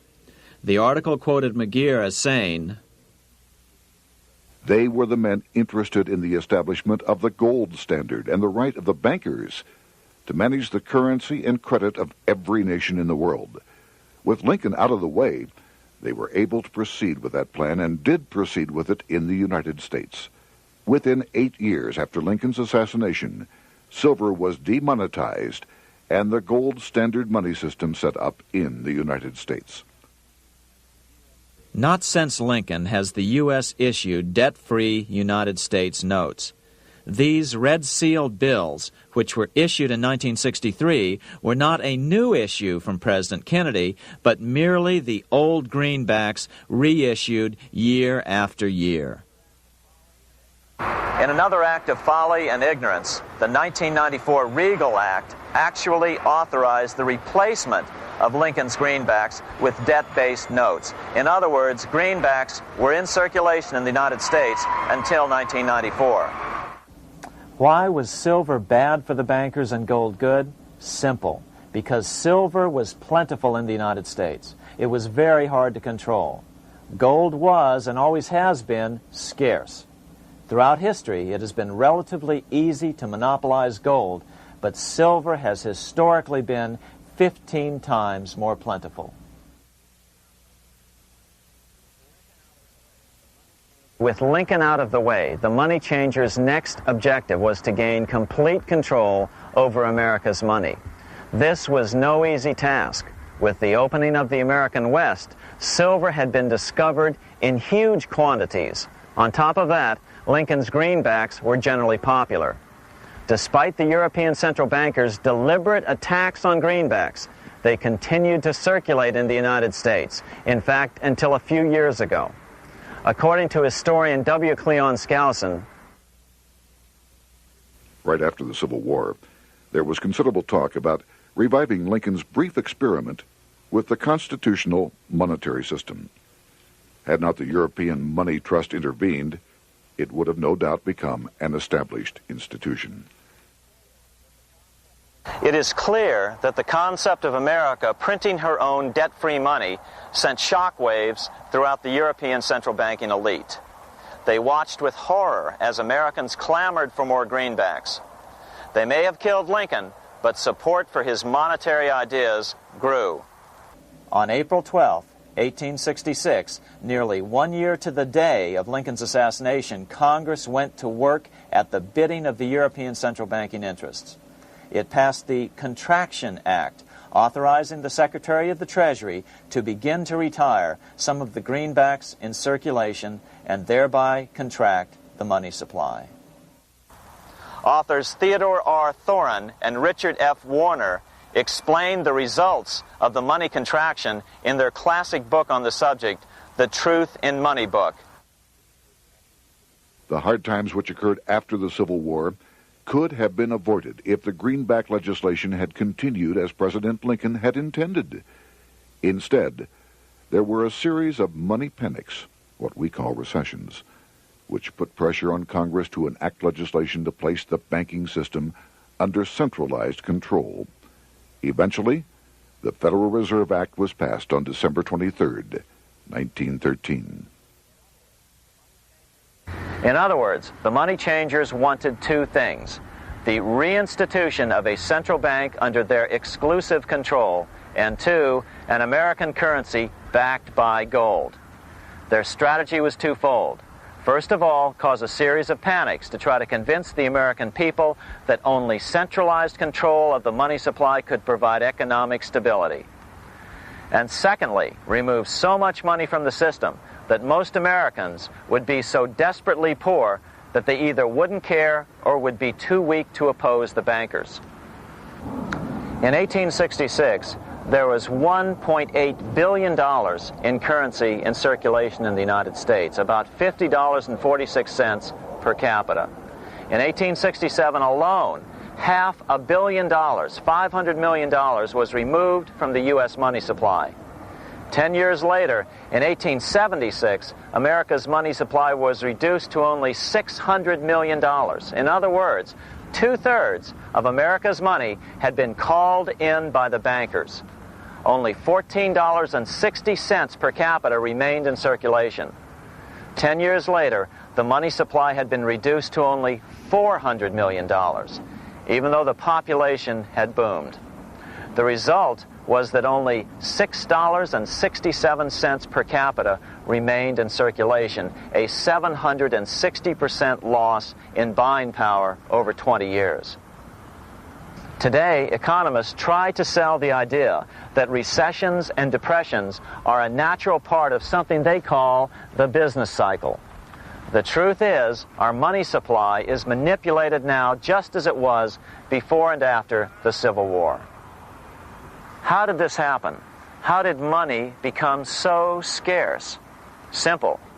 Bank loans were called in and no new ones were given. In addition, silver coins were melted down. In 1872, a man named Ernest Sed was given 100,000 pounds, about $500,000, by the Bank of England and sent to America to bribe necessary congressmen to get silver demonetized. He was told that if that was not sufficient, to draw an additional 100,000 pounds or as much more as was necessary. The next year, Congress passed the Coinage Act of 1873, and the minting of silver dollars abruptly stopped. In fact, Representative Samuel Hooper, who introduced the bill in the House, acknowledged that Mr. Sed actually drafted the legislation. But it gets even worse than that. In 1874, Sed himself admitted who was behind the scheme. I went to America in the winter of 1872-73, authorized to secure, if I could, the passage of a bill demonetizing silver. It was in the interest of those I represented, the governors of the Bank of England, to have it done. By 1873, gold coins were the only form of coin money. But the contest over control of America's money was not yet over. Only 3 years later, in 1876, with 1/3 of America's workforce unemployed, the population was growing restless. People were clamoring for a return to the greenback money system of President Lincoln or a return to silver money, anything that would make money more plentiful. That year, Congress created the United States Silver Commission to study the problem. Their report clearly blamed the monetary contraction on the national bankers. The report is interesting because it compares the deliberate money contraction by the national bankers after the Civil War to the fall of the Roman Empire. The disaster of the Dark Ages was caused by decreasing money and falling prices. Without money, civilization could not have had a beginning, and with a diminishing supply, it must languish and, unless relieved, finally perish. At the Christian era, the metallic money of the Roman Empire amounted to $1,800,000,000. By the end of the 15th century, it had shrunk to less than $200 million. History records no other such disastrous transition as that from the Roman Empire to the Dark Ages.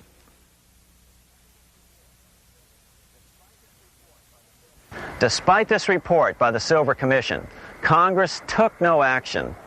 The next year, 1877, riots broke out from Pittsburgh to Chicago. The torches of starving vandals lit up the sky. The bankers huddled to decide what to do. They decided to hang on. Now that they were back in control to a certain extent, they were not about to give it up. At the meeting of the American Bankers Association that year, they urged their membership to do everything in their power to put down the notion of a return to greenbacks. The ABA Secretary, James Buell, authored a letter to the members which blatantly called on the banks to subvert not only Congress, but the press. It is advisable to do all in your power to sustain such prominent daily and weekly newspapers, especially the agricultural and religious press, as will oppose the greenback issue of paper money, and that you will also withhold patronage from all applicants who are not willing to oppose the government issue of money. To repeal the act creating banknotes or to restore to circulation the government issue of money will be to provide the people with money and will therefore seriously affect our individual profits as bankers and lenders. See your congressman at once and engage him to support our interest that we may control legislation. As political pressure mounted in Congress for change, the press tried to turn the American people away from the truth. The New York Tribune put it this way on January 10th, 1878. "The capital of the country is organized at last, and we will see whether Congress will dare to fly in its face." But it didn't work entirely. On February 28, 1878, Congress passed the Sherman Law, allowing the minting of a limited number of silver dollars, ending the 5-year hiatus. This did not end gold backing of the currency, however, nor did it completely free silver. Previous to 1873, anyone who brought silver to the U.S. Mint could have it struck into silver dollars free of charge. No longer. But at least some money began to flow back into the economy again. With no further threat to their control, the bankers loosened up on loans, and the post-Civil War depression was finally ended. 3 years later, the American people elected Republican James Garfield president. Garfield understood how the economy was being manipulated. As a congressman, he had been chairman of the Appropriations Committee and was a member of Banking and Currency. After his inauguration, he slammed the money changers publicly in 1881. Whoever controls the volume of money in any country is absolute master of all industry and commerce. And when you realize that the entire system is very easily controlled, one way or another, by a few powerful men at the top, you will not have to be told how periods of inflation and depression originate. Unfortunately, within a few weeks of making this statement, on July 2nd of 1881, President Garfield was assassinated.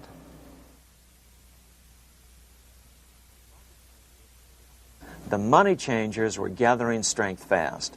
They began a periodic fleecing of the flock, as they called it, by creating economic booms followed by further depressions so they could buy up thousands of homes and farms for pennies on the dollar.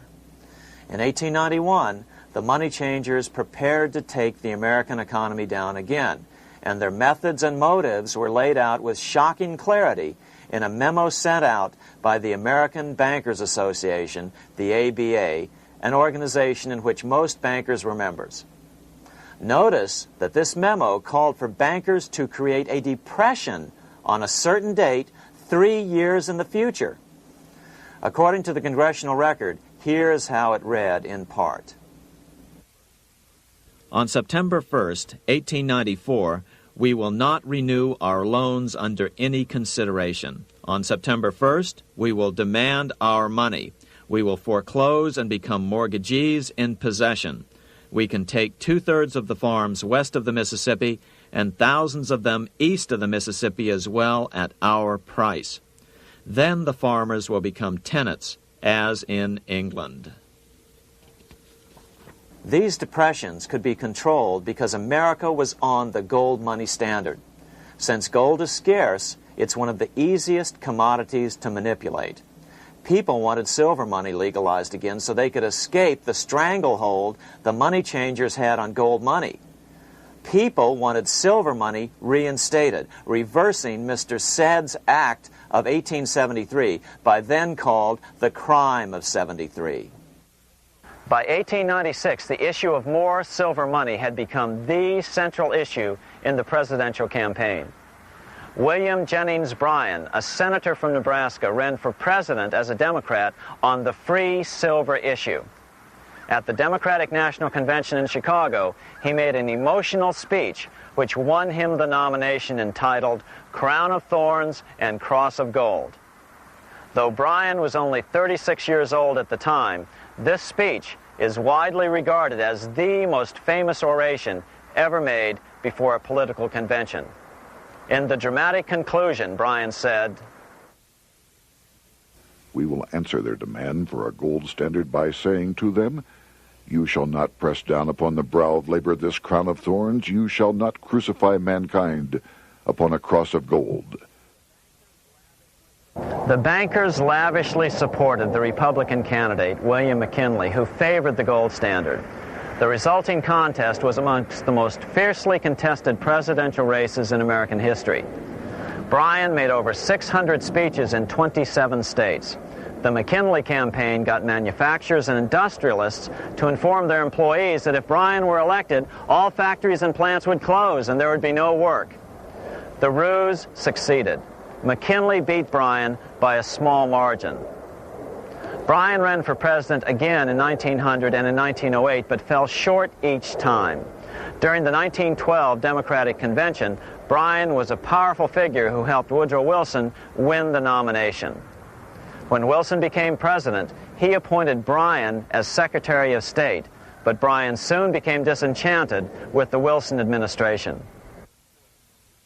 Bryan served only 2 years in the Wilson administration before resigning in 1915 over the highly suspicious sinking of the Lusitania, the event which was used to drive America into World War I. Although William Jennings Bryan never gained the presidency, his efforts delayed the money changers for 17 years from attaining their next goal, a new, privately owned central bank for America.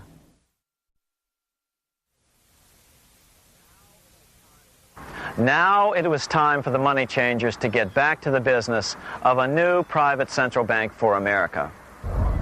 During the early 1900s, men like J.P. Morgan led the charge. One final panic would be necessary to focus the nation's attention on the supposed need for a central bank. The rationale was that only a central bank can prevent bank failures. Morgan was clearly the most powerful banker in America and a suspected agent for the Rothschilds. Morgan had helped finance John D. Rockefeller's Standard Oil empire. He had also helped finance the monopolies of Edward Harriman in railroads, of Andrew Carnegie in steel, and of others in numerous industries. But on top of that, J.P. Morgan's father, Junius Morgan, had been America's financial agent to the British. After his father's death, J.P. Morgan took on a British partner, Edward Grenfell, a longtime director of the Bank of England. In fact, upon Morgan's death, his estate contained only a few $1 million. The bulk of the securities most people thought he owned were in fact owned by others. In 1902, President Theodore Roosevelt allegedly went after Morgan and his friends by using the Sherman Antitrust Act to try to break up their industrial monopolies.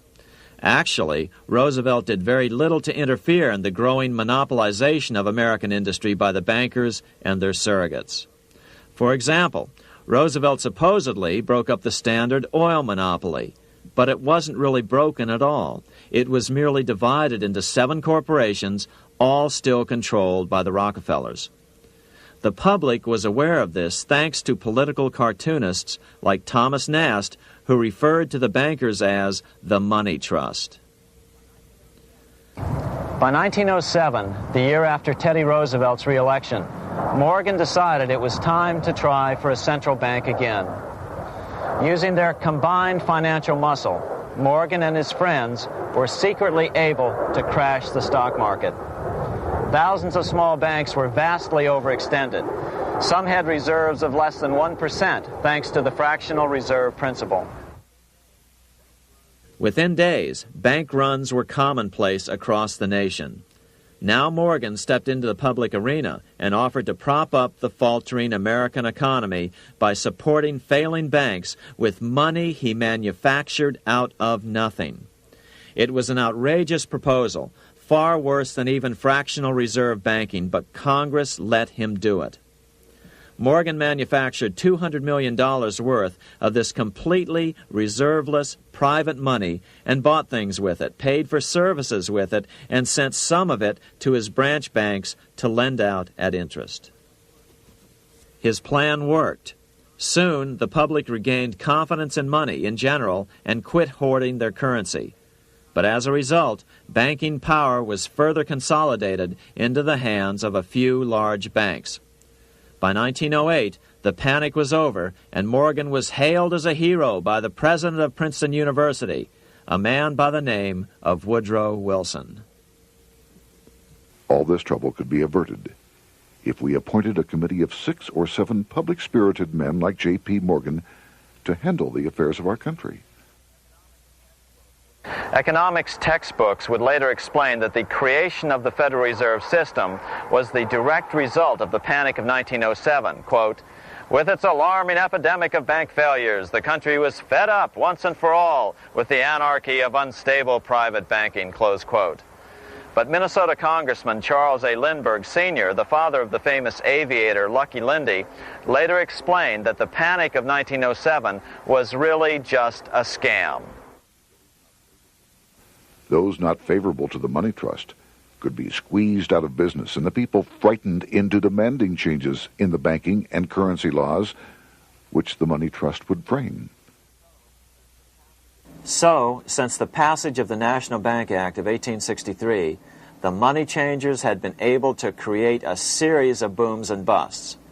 The purpose was not only to fleece the American public of their property, but to later claim that the banking system was basically so unstable that it had to be consolidated into a central bank once again.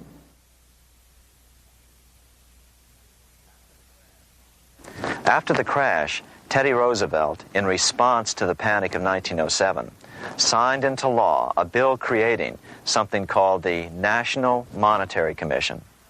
The commission was to study the banking problem and make recommendations to Congress. Of course, the commission was packed with Morgan's friends and cronies. The chairman was a man named Senator Nelson Aldrich from Rhode Island. Aldrich represented the Newport, Rhode Island homes of America's richest banking families.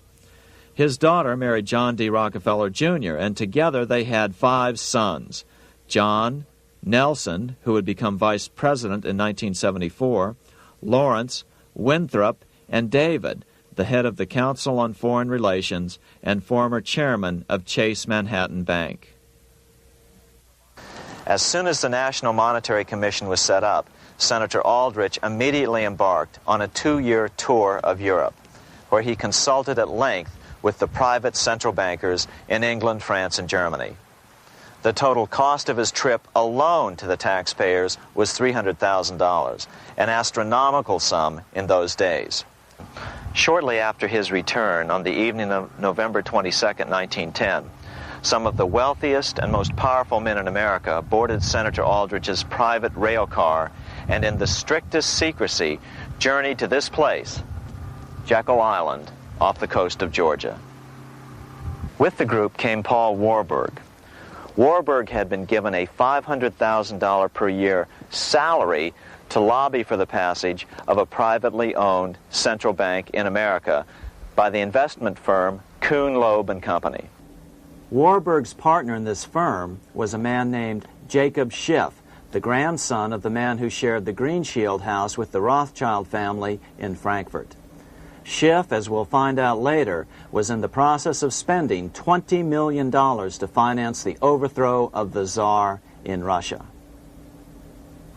These three European banking families, the Rothschilds, the Warburgs, and the Schiffs, were interconnected by marriage down through the years, just as their American banking counterparts, the Morgans, Rockefellers, and Aldriches were. Secrecy was so tight that all 7 primary participants were cautioned to use only first names to prevent servants from learning their identities. Years later, one participant, Frank Vanderlip, president of National City Bank of New York and a representative of the Rockefeller family, confirmed the Jekyll Island trip in a February 9, 1935 edition of the Saturday Evening Post. I was as secretive, indeed as furtive as any conspirator. Discovery, we knew, simply must not happen, or else all our time and effort would be wasted. If it were to be exposed that our particular group had got together and written a banking bill, that bill would have no chance whatever of passage by Congress. The participants came here to figure out how to solve their major problem, how to bring back a privately owned central bank. But there were other problems that needed to be addressed as well. First of all, the market share of the big national banks was shrinking fast. In the first 10 years of the century, the number of U.S. banks had more than doubled to over 20,000. By 1913, only 29% of all banks were national banks, and they held only 57% of all deposits. As Senator Aldrich later admitted in a magazine article, before passage of this act, the New York bankers could only dominate the reserves of New York. Now, we are able to dominate the bank reserves of the entire country. Therefore, something had to be done to bring these new banks under their control. As John D. Rockefeller put it, quote, "Competition is sin," close quote. Secondly, the nation's economy was so strong that corporations were starting to finance their expansions out of profits instead of taking out huge loans from large banks. In the first 10 years of the new century, 70% of corporate funding came from profits. In other words, American industry was becoming independent of the money changers, and that trend had to be stopped. All the participants knew that these problems could be hammered out into a workable solution, but perhaps their biggest problem was a public relations problem, the name of the new bank. That discussion took place right here in this room, one of the many conference rooms in this sprawling hotel, today known as the Jekyll Island Club Hotel. Aldrich believed that the word bank should not even appear in the name. Warburg wanted to call the legislation the National Reserve Bill or the Federal Reserve Bill.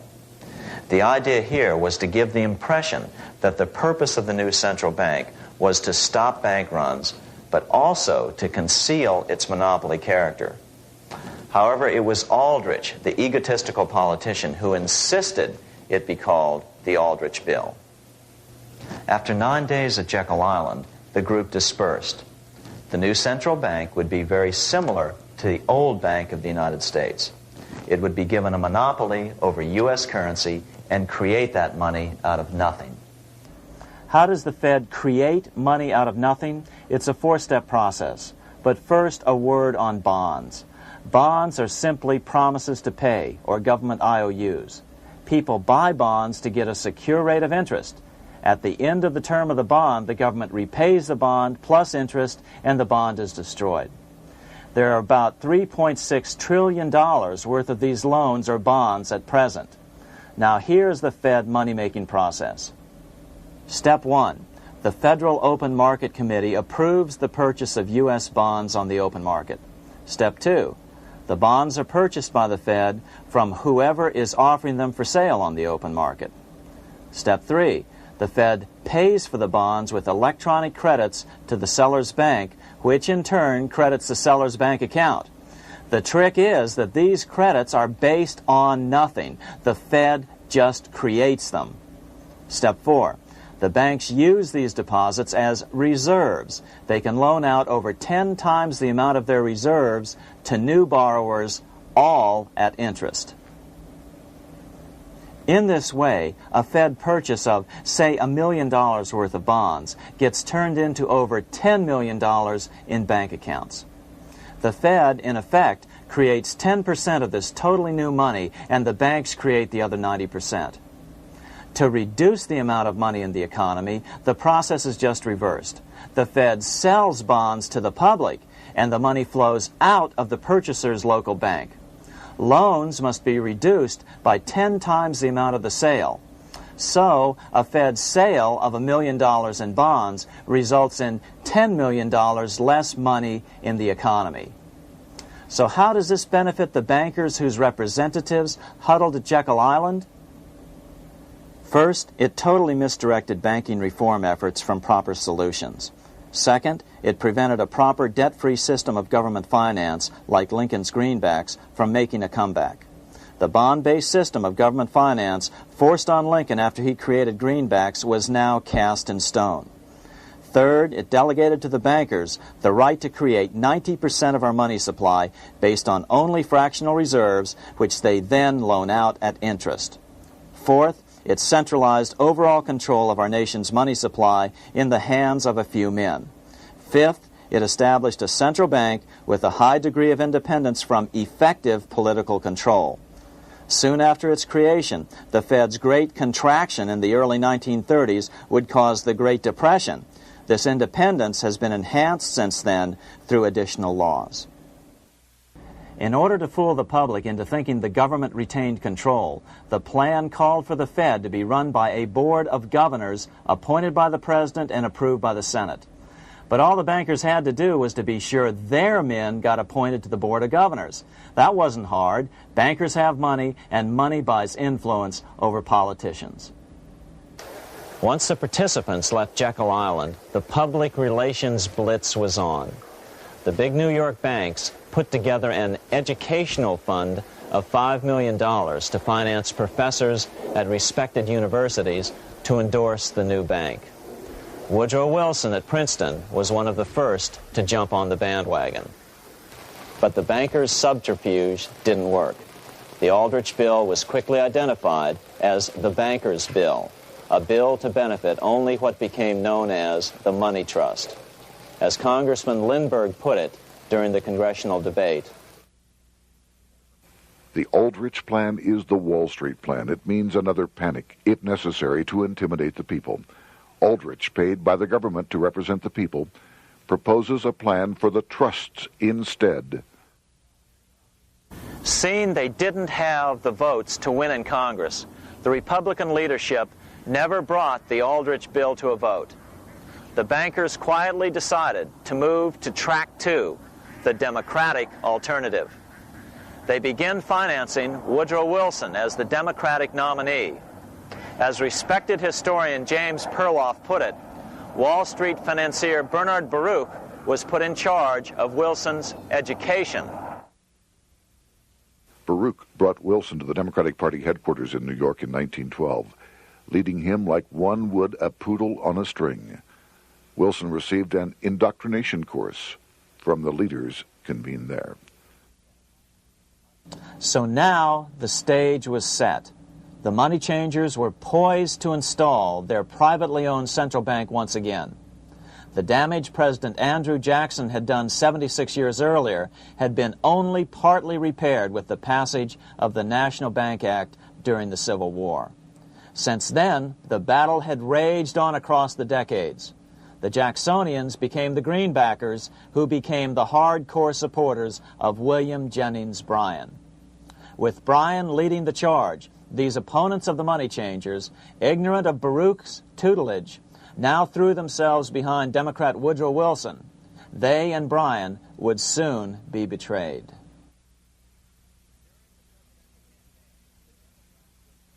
During the presidential campaign, the Democrats were careful to pretend to oppose the Aldrich bill. As Representative Lewis McFadden, himself a Democrat, as well as chairman of the House Banking and Currency Committee, explained it 20 years after the fact. The Aldrich bill was condemned in the platform. When Woodrow Wilson was nominated, the man who ruled the Democratic Party promised the people that if they were returned to power, there would be no central bank established here while they held the reins of government. 13 months later, that promise was broken, and the Wilson administration, under the tutelage of those sinister Wall Street figures who stood behind Colonel House, established here in our free country the worm-eaten, monarchical institution of the King's Bank, to control us from the top downward and to shackle us from the cradle to the grave. Once Wilson was elected, Morgan, Warburg, Baruch, and company advanced a new plan, which Warburg named the Federal Reserve System. The Democratic leadership hailed the new bill, called the Glass-Owen Bill, as something radically different from the Aldrich bill. But in fact, the bill was virtually identical in every important detail. In fact, so vehement were the Democratic denials of similarity that Paul Warburg, the father of both bills, had to step in to reassure his paid friends in Congress that the two bills were virtually identical. Brushing aside the external differences affecting the shells, we find the kernels of the two systems very closely resembling and related to one another. But that admission was for private consumption only. Publicly, the money trust trotted out Senator Aldrich and Frank Vanderlip, the president of Rockefeller's National City Bank of New York and one of the Jekyll Island Seven, to oppose the new Federal Reserve System. Years later, however, Vanderlip admitted in the Saturday Evening Post that the two measures were virtually identical. Although the Aldrich Federal Reserve Plan was defeated when it bore the name Aldrich, nevertheless, its essential points were all contained in the plan that finally was adopted.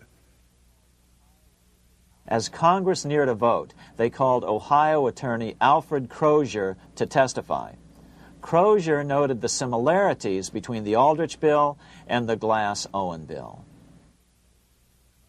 The bill grants just what Wall Street and the big banks for 25 years have been striving for: private instead of public control of currency.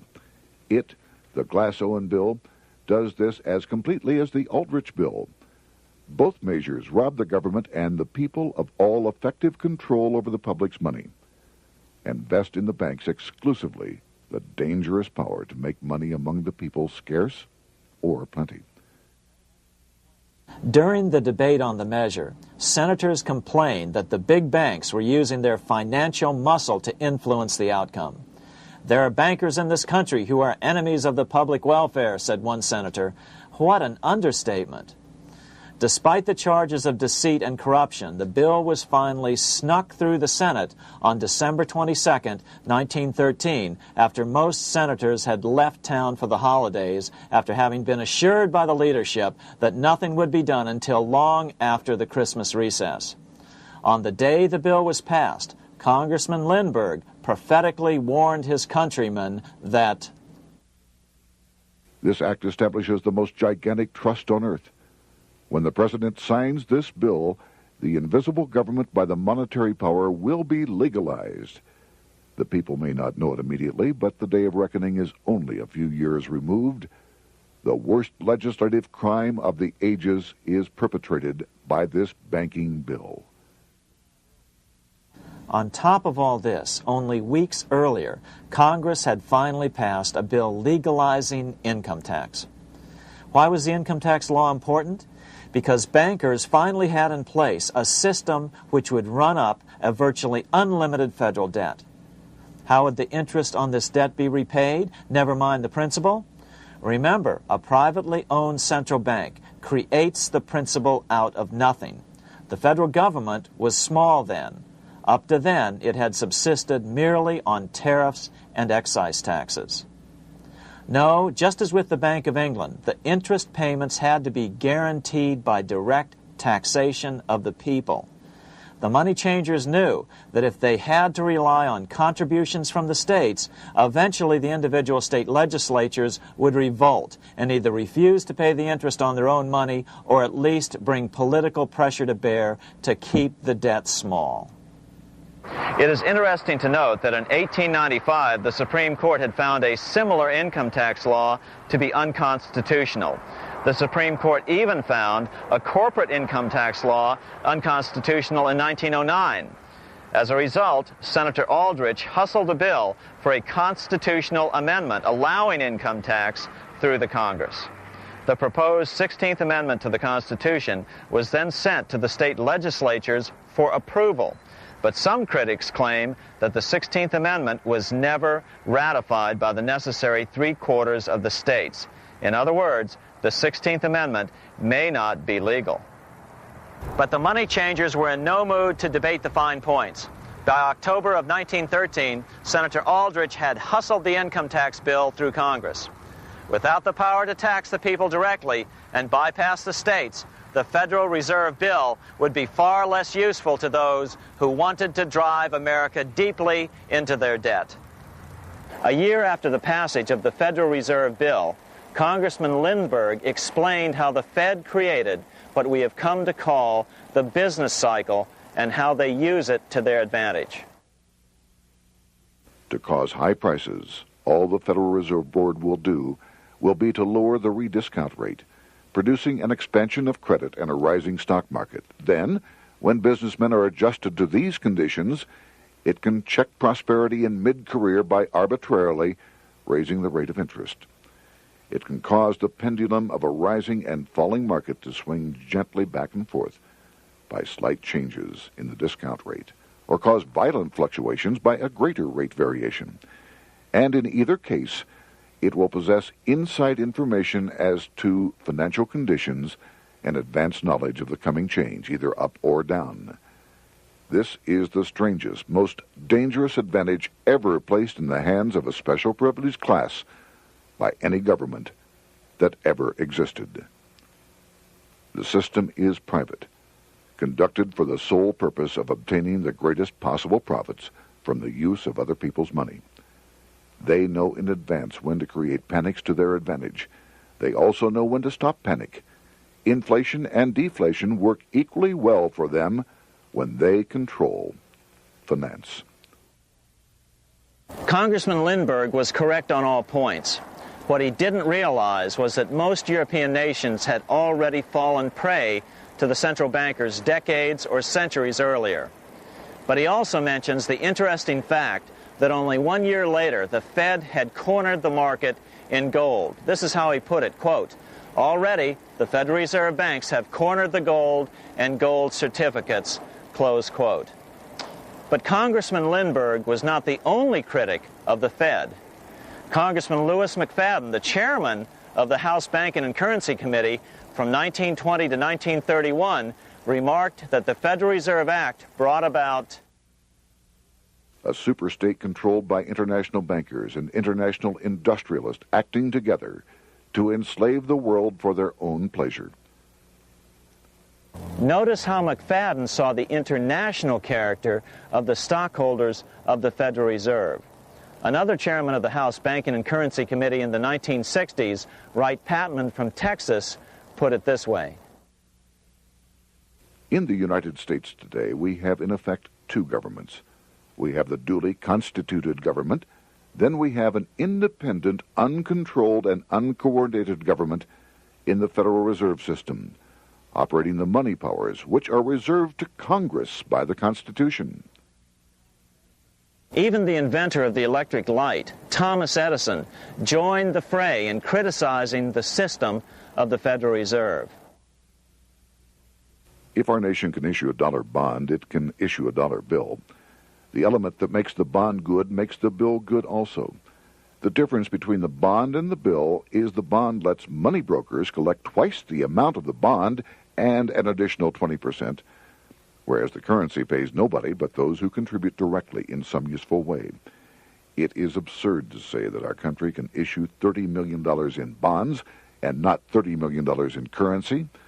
Both are promises to pay, but one promise fattens the usurers, and the other helps the people. 3 years after the passage of the Federal Reserve Act, even President Wilson began to have second thoughts about what had been unleashed during his first term in office. We have come to be one of the worst ruled, one of the most completely controlled governments in the civilized world, no longer a government of free opinion, no longer a government by a vote of the majority, but a government by the opinion and duress of a small group of dominant men.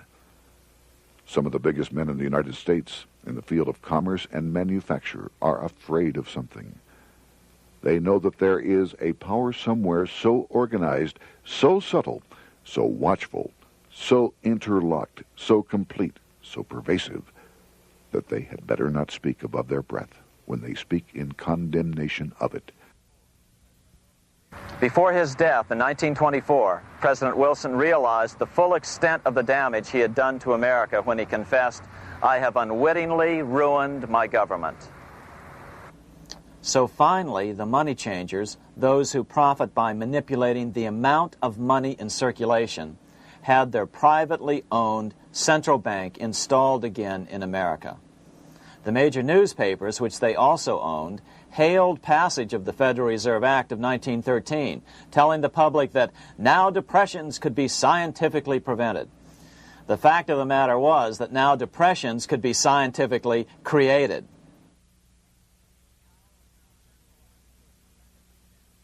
Power was now centralized to a tremendous extent. Now it was time for a war, a really big war. In fact, the First World War.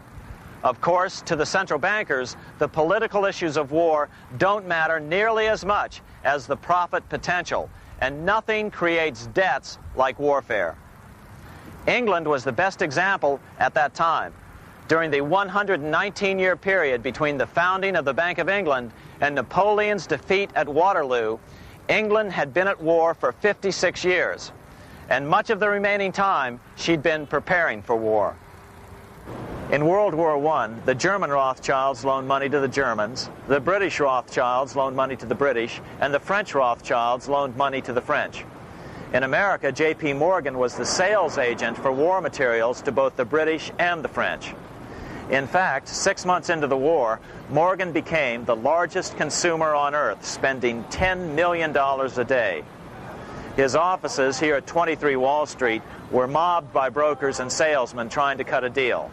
In fact, it got so bad that the bank had to post guards at every door and at the partners' homes as well. Many other New York bankers made out as well from the war. President Wilson appointed Bernard Baruch to head the War Industries Board. According to historian James Perloff, both Baruch and the Rockefellers profited by some $200 million during the war. But profits were not the only motive. There was also revenge. The money changers never forgave the czars for their support of Lincoln during the Civil War. Also, Russia was the last major European nation to refuse to give in to the privately owned central bank scheme. 3 years after World War I broke out, the Russian Revolution toppled the Tsar and installed the scourge of communism. Jacob Schiff of Kuhn Loeb and Company bragged from his deathbed that he had spent $20 million towards the defeat of the Tsar. Money was funneled from England to support the revolution as well. Why would some of the richest men in the world financially back communism, the system that was openly vowing to destroy the so-called capitalism that made them wealthy? Researcher Gary Allen explained it this way. If one understands that socialism is not a share the wealth program, but is, in reality, a method to consolidate and control the wealth, then the seeming paradox of super-rich men promoting socialism becomes no paradox at all. Instead, it becomes logical, even the perfect tool of power-seeking megalomaniacs. Communism, or more accurately socialism, is not a movement of the downtrodden masses, but of the economic elite. As W. Cleon Skousen put it, In his 1970 book, The Naked Capitalist, power from any source tends to create an appetite for additional power. It was almost inevitable that the super-rich would one day aspire to control not only their own wealth, but the wealth of the whole world. To achieve this, they were perfectly willing to feed the ambitions of the power-hungry political conspirators who were committed to the overthrow of all existing governments and the establishments of a central worldwide dictatorship. but what if these revolutionaries get out of control and try to seize power from the super-rich? After all, it was Mao Zedong who in 1938 stated his position concerning power. Political power grows out of the barrel of a gun. The Wall Street, London axis elected to take the risk. The master planners attempted to control revolutionary communist groups by feeding them vast quantities of money when they obeyed and contracting their money supply or even financing their opposition if they got out of control.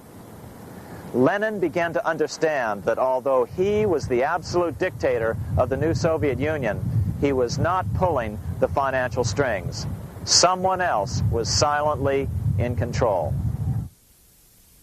The state does not function as we desired. The car does not obey. A man is at the wheel and seems to lead it, but the car does not drive in the desired direction. It moves as another force wishes.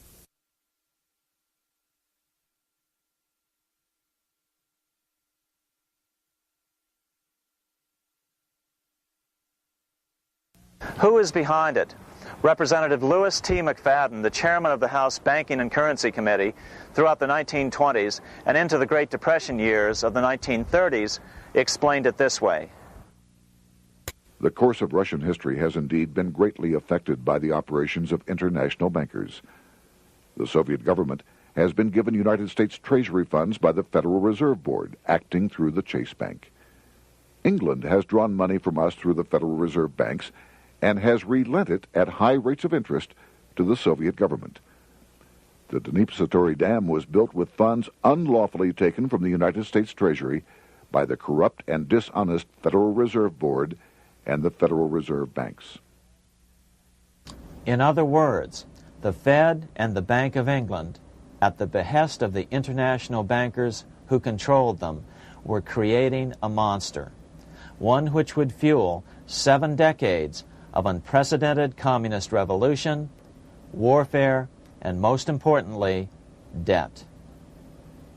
In case you think there's some chance that the money changers got communism going and then lost control, in 1992, the Washington Times reported that Russian President Boris Yeltsin was upset that most of the incoming foreign aid was being siphoned off, quote, straight back into the coffers of Western banks in debt service, close quote. No one in his right mind would claim that a war as large as World War I had a single cause. Wars are complex things with many causative factors. But on the other hand, it would also be equally foolish to ignore as a prime cause of World War I those who would profit the most from the war. The role of the money changers is no wild conspiracy theory. They had a motive, a short-ranged, self-serving motive, as well as a long-range political motive of advancing totalitarian governments, with the money changers maintaining the financial clout to control whatever politician might emerge as the leader. Next, we'll see what the money changers' ultimate political goal is for the world.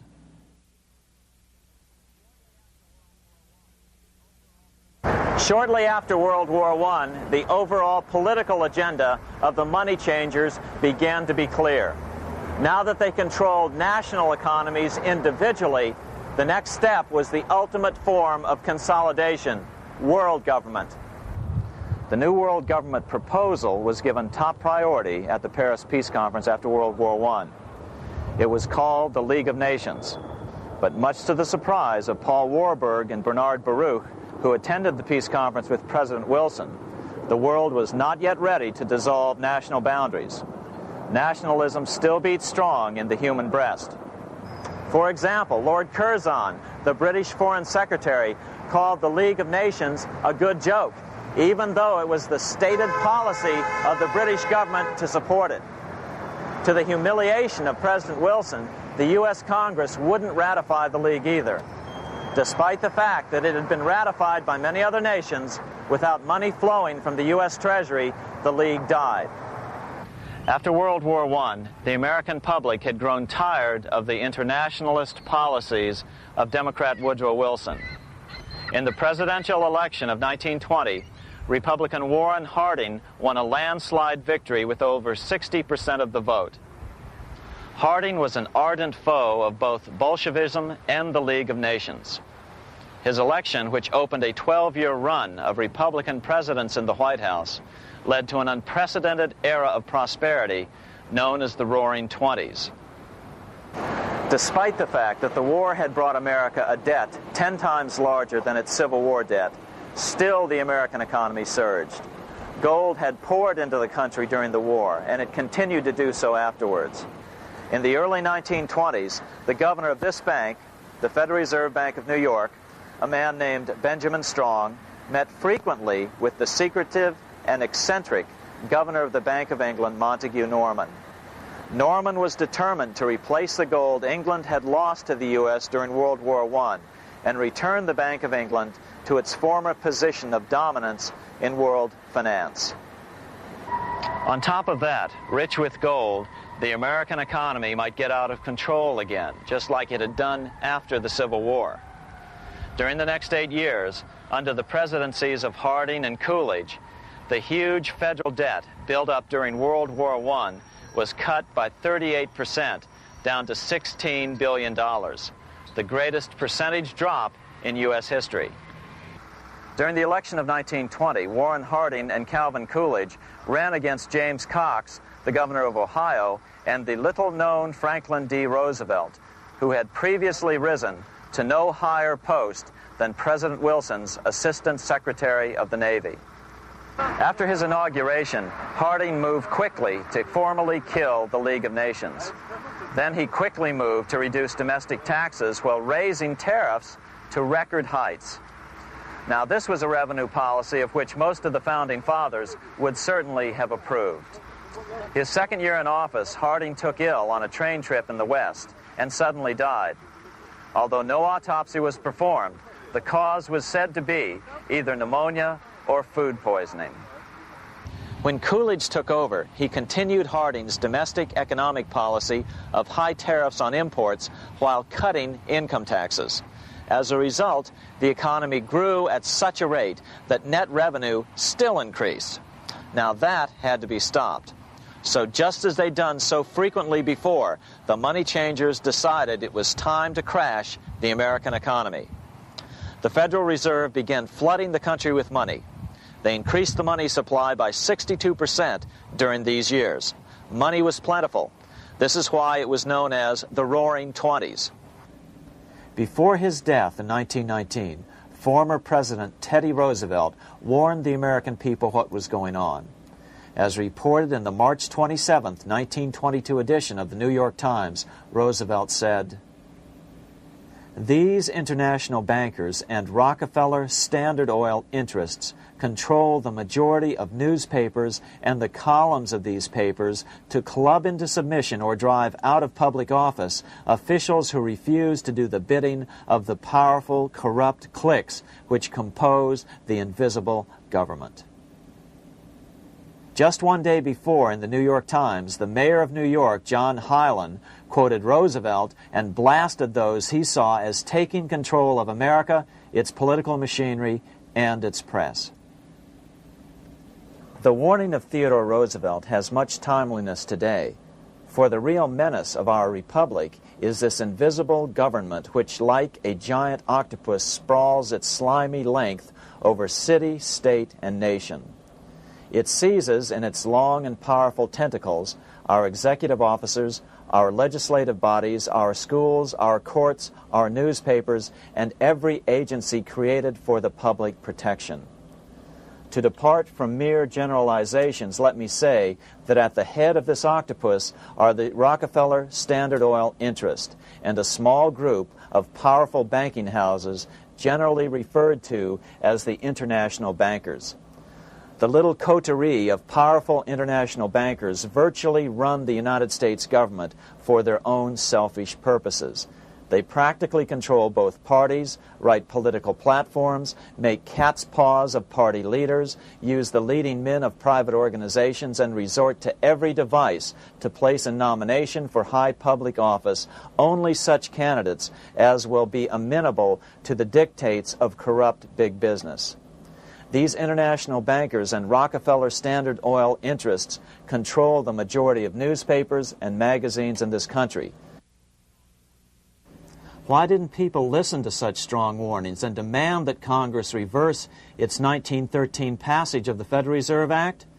Because remember, it was the 1920s. A steady increase in bank loans contributed to a rising market.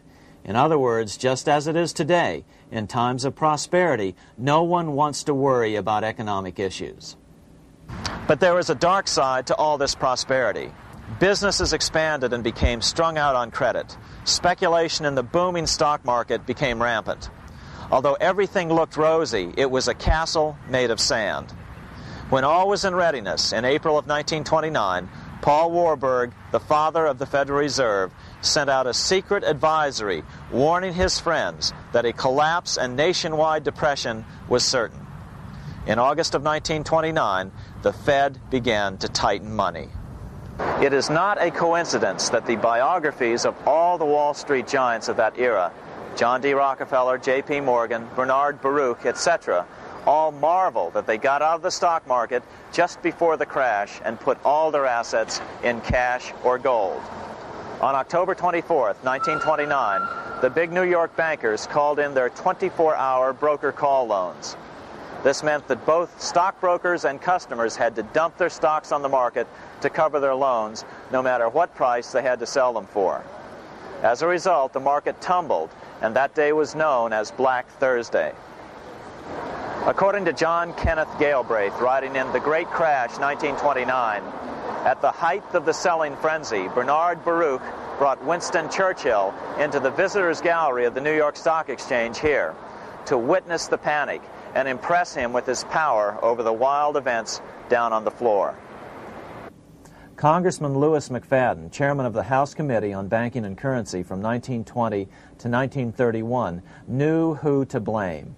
He accused the Fed and the international bankers of orchestrating the crash. It was not accidental. It was a carefully contrived occurrence.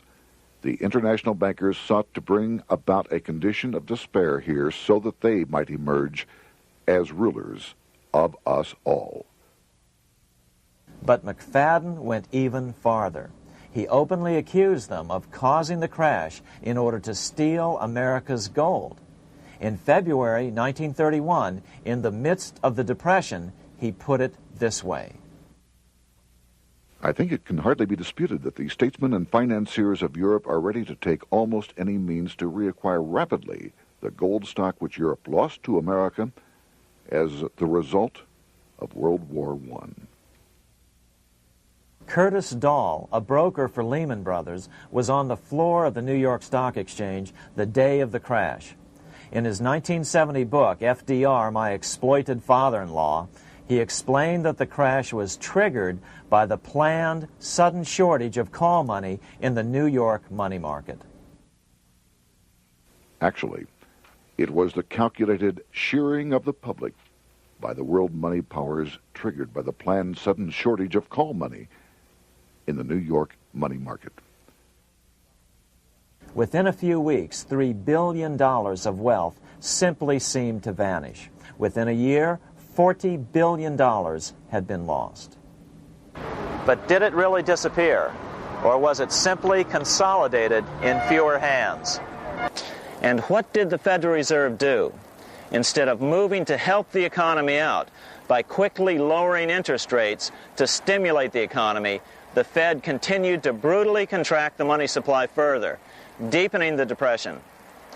Between 1929 and 1933, the Fed reduced the money supply by an additional 33%. Although most Americans have never heard that the Fed was the cause of the Depression, this is well known among top economists.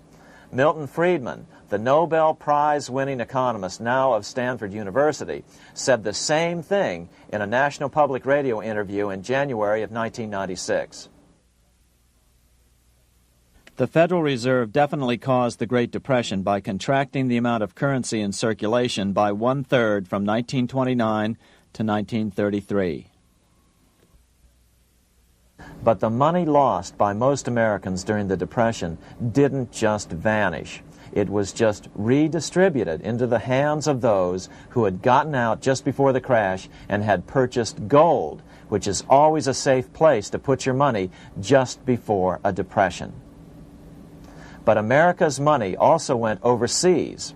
Incredibly, as President Hoover was heroically trying to rescue banks and prop up businesses, with millions of Americans starving as the Great Depression deepened, millions of dollars were being spent rebuilding Germany from damage sustained during World War I.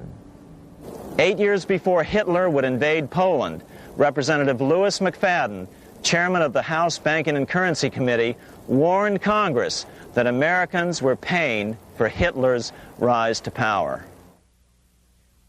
After World War I, Germany fell into the hands of the German international bankers. Those bankers bought her, and they now own her lock, stock, and barrel. They have purchased her industries, they have mortgages on her soil, they control her production, they control all her public utilities. The international German bankers have subsidized the present government of Germany, and they have also supplied every dollar of the money Adolf Hitler has used in his lavish campaign to build up a threat to the government of Brüning. When Brüning fails to obey the orders of the German international bankers, Hitler is brought forth to scare the Germans into submission. Through the Federal Reserve Board, over $30 billion of American money has been pumped into Germany. You have all heard of the spending that's taken place in Germany. Modernistic dwellings, her great planetariums, her gymnasiums, her swimming pools, her fine public highways, her perfect factories. All this was done on our money. All this was given to Germany through the Federal Reserve Board. The Federal Reserve Board has pumped so many billions of dollars into Germany that they dare not name the total.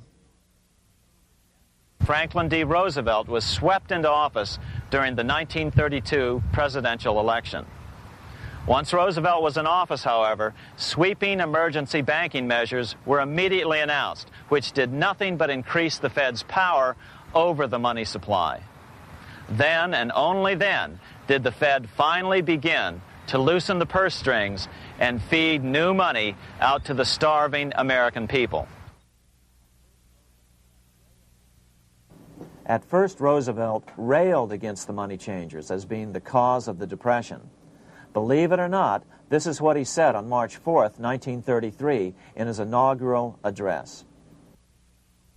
Practices of the unscrupulous money changers stand indicted in the court of public opinion, rejected by the hearts and minds of men. The money changers have fled from their high seats in the temple of our civilization. But 2 days later, Roosevelt declared a bank holiday and closed all banks. Later that year, Roosevelt outlawed private ownership of all gold bullion and all gold coins with the exception of rare coins. Most of the gold in the hands of the average American was in the form of gold coins. The new decree was, in effect, a confiscation. Those who didn't comply risk as much as 10 years in prison and a $10,000 fine, the equivalent of $100,000 today. Out in small-town America, some people didn't trust Roosevelt's order. Many were torn between keeping their hard-earned wealth or obeying the government. Those who did turn in their gold were paid the official price for it, $20.66 per ounce. So unpopular was the confiscation order that no one anywhere in government would take credit for authoring it. No congressman claimed it. At the signing ceremony, President Roosevelt made it clear to all present that he was not the author of it and publicly stated that he had not ever read it. Even his Secretary of the Treasury said he'd never read it either, saying it was, quote, what the experts wanted. Roosevelt convinced the public to give up their gold by saying that pooling the nation's resources was necessary to get America out of the Depression. With great fanfare, he ordered a new bullion depository built to hold the mountain of gold the U.S. government was illegally confiscating. By 1936, the U.S. Bullion Depository at Fort Knox was completed, and in January 1937, the gold began to flow into it. The rip-off of the ages was about to proceed. In 1935, once the gold had all been turned in, the official price of gold was suddenly raised to $35 per ounce. But the catch was, only foreigners could sell their gold at the new higher price. The money changers who had heeded Warburg's note and gotten out of the stock market just before the crash and bought gold at $20.66 per ounce, then shipped it to London, could now bring it back and sell it back to the government, nearly doubling their money while the average American starved. The Fort Knox Bullion Depository sits here in the middle of the Fort Knox Military Reservation, 30 miles southwest of Louisville, Kentucky. This was as close as we were permitted to get to the depository despite years of letters from members of Congress to allow our film crew inside.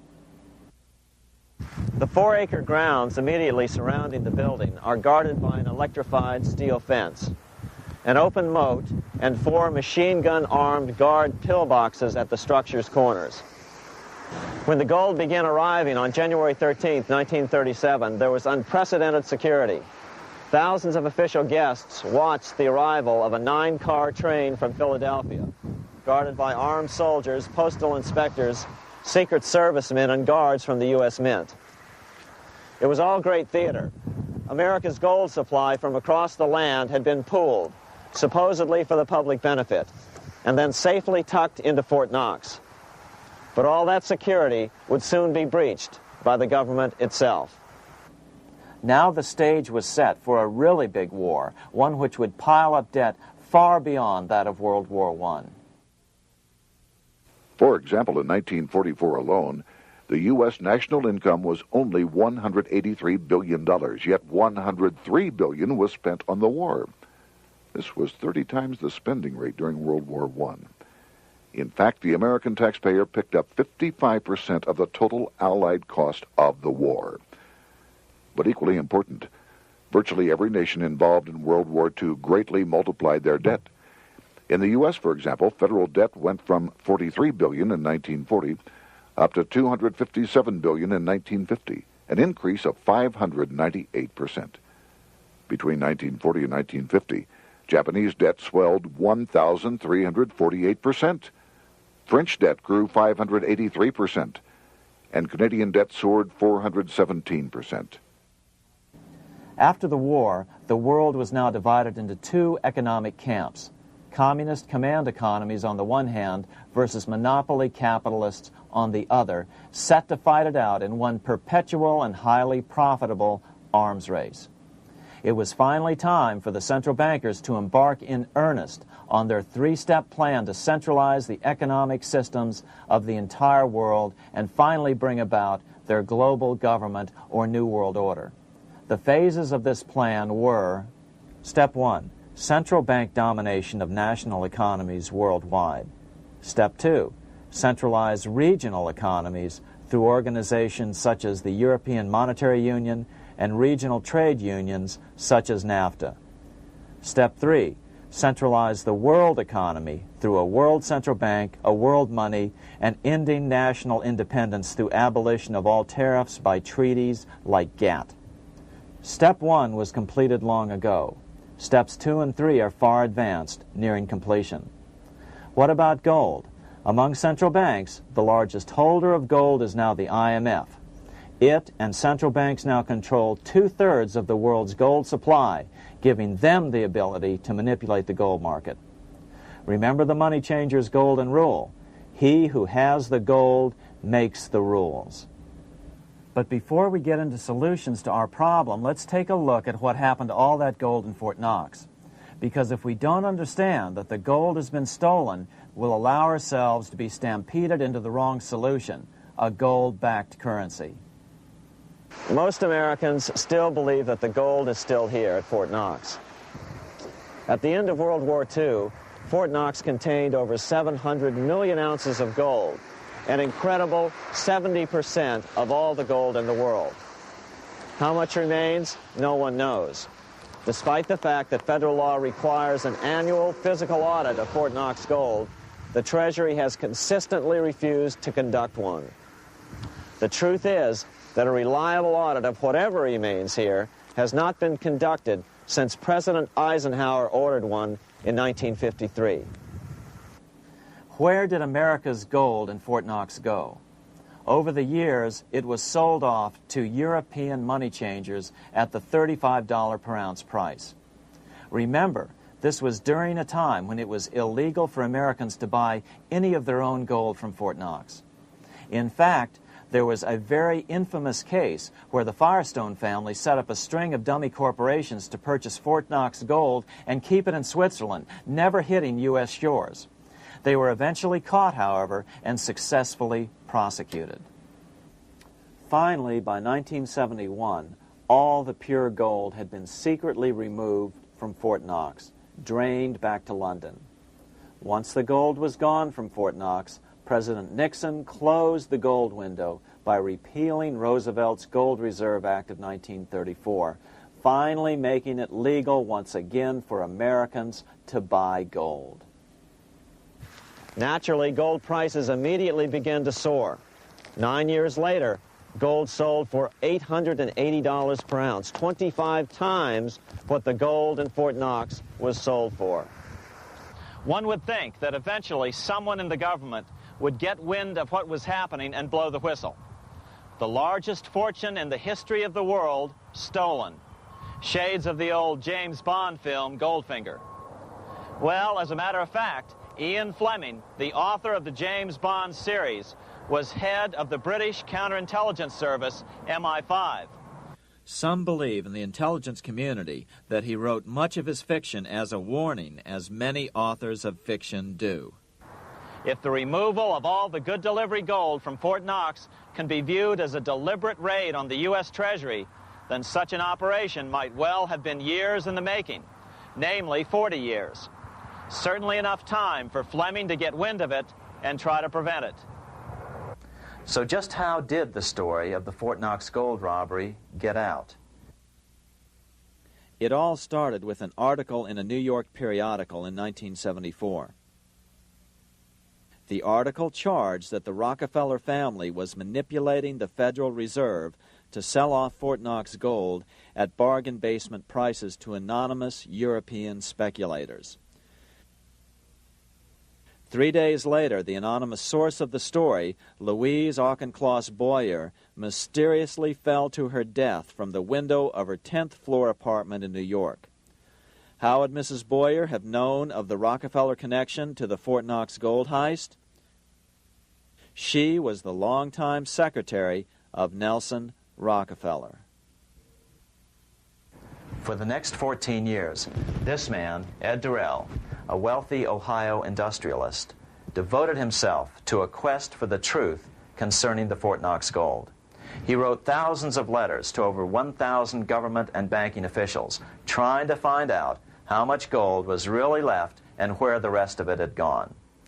Edith Roosevelt, the granddaughter of President Teddy Roosevelt, questioned the actions of the government in a March 1975 edition of the New Hampshire Sunday News.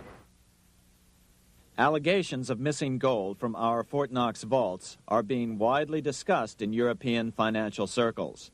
But what is puzzling is that the administration is not hastening to demonstrate conclusively that there is no cause for concern over our gold treasure, if indeed it is in a position to do so. Unfortunately, Ed Durrell never did accomplish his primary goal, a full audit of the gold reserves in Fort Knox. It's incredible that the world's greatest treasure has had little accounting or auditing. This gold belonged to the American people, not the Federal Reserve and their foreign owners. One thing is certain, the government could blow all of this speculation away in a few days with a well-publicized audit under the searing lights of media cameras. it has chosen not to do so. One must conclude that they are afraid of the truth such an audit would reveal. What is the government so afraid of? Here's the answer. When President Ronald Reagan took office in 1981, his conservative friends urged him to study the feasibility of returning to a gold standard as the only way to curb government spending. It sounded like a reasonable alternative, so President Reagan appointed a group of men called the Gold Commission to study the situation and report back to Congress. What Reagan's Gold Commission reported back to Congress in 1982 was the following shocking revelation concerning gold. The U.S. Treasury owned no gold at all. All the gold that was left in Fort Knox was now owned by the Federal Reserve, a group of private bankers, as collateral against the national debt. The truth of the matter is that never before has so much money been stolen from the hands of the general public and put into the hands of a small group of private investors, the money changers.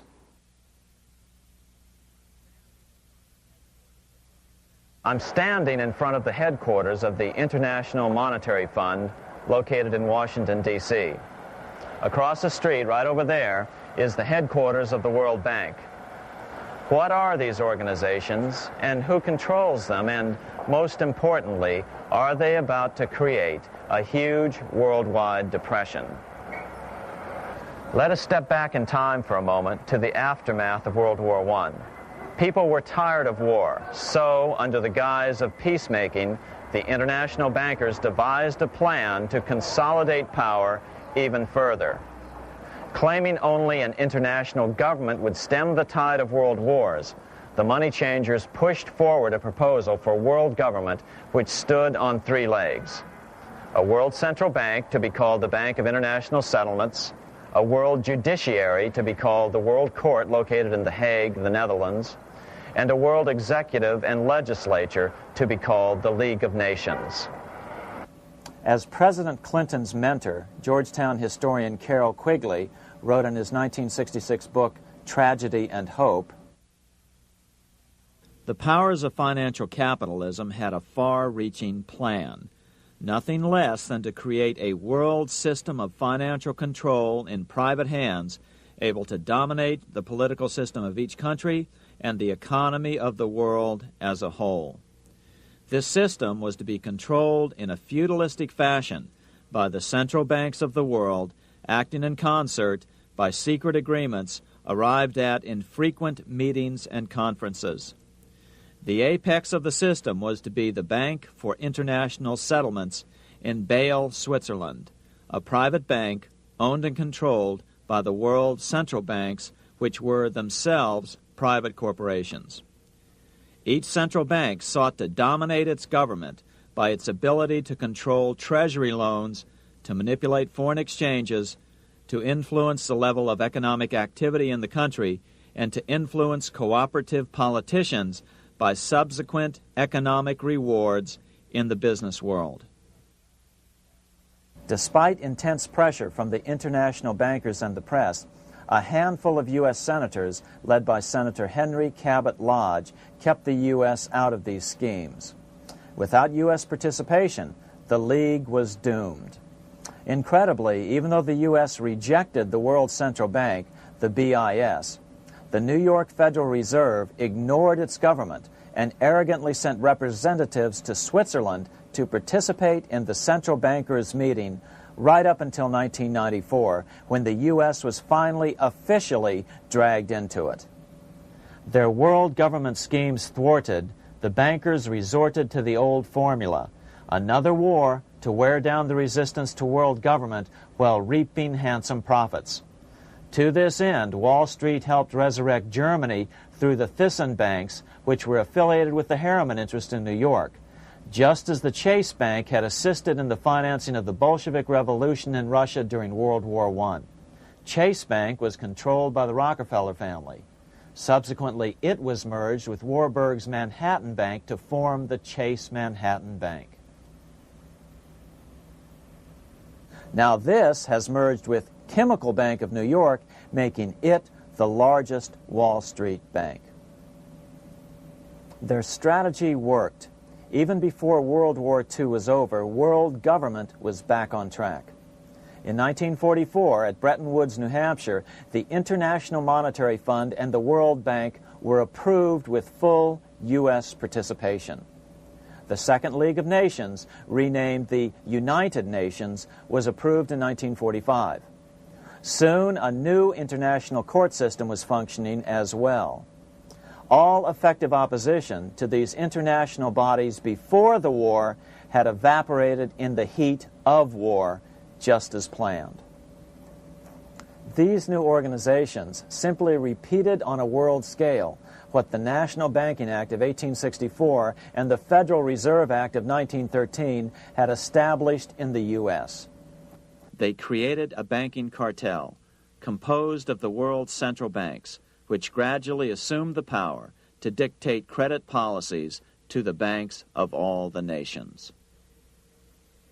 For example, just as the Federal Reserve Act authorized the creation of a new national fiat currency called Federal Reserve Notes, the IMF has been given the authority to issue a world fiat money called Special Drawing Rights, or SDRs. To date, the IMF has created in excess of $30 billion worth of SDRs. Member nations are being pressured to make their currencies fully exchangeable for SDRs. In 1968, Congress approved laws authorizing the Fed to accept SDRs as reserves in the U.S. and to issue Federal Reserve notes in exchange for SDRs. What does that mean? It means that in the U.S., SDRs are already a part of our lawful money. And what about gold? SDRs are already partially backed by gold. And with 2/3 of world gold now in the hands of central banks, the money changers can go about structuring the world's economic future in whichever way they deem most profitable.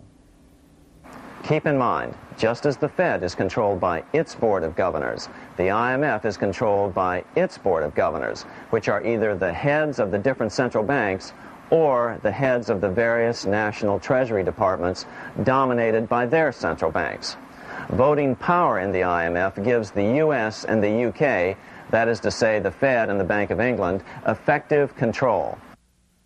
Just as the Fed controls the amount of money in the U.S., the BIS, IMF, and World Bank control the money supply for the world. So we see the repetition of the old goldsmith's fraud replicated on the national scale with central banks like the Fed and on the international scale by the three arms of the World Central Bank. Is this organization of the BIS, the IMF, and the World Bank, which we refer to collectively as the World Central Bank, presently expanding and contracting world credit? Yes. Regulations put into effect in 1988 by the BIS required the world's bankers to raise their capital and reserves to 8% of liabilities by 1992. Increased capital requirements put an upper limit to the fractional reserve lending, similar to the way cash reserve requirements do. What is this seemingly insignificant regulation made in a Swiss city 8 years ago meant to the world? It means our banks cannot loan more and more money to buy more and more time before the next depression, as a maximum loan ratio is now set. It means those nations with the lowest bank reserves in their systems have already felt the terrible effects of this credit contraction as their banks scrambled to raise money to increase their reserves to 8%. To raise the money, they had to sell stocks, which depressed their stock markets and began the depression first in their countries.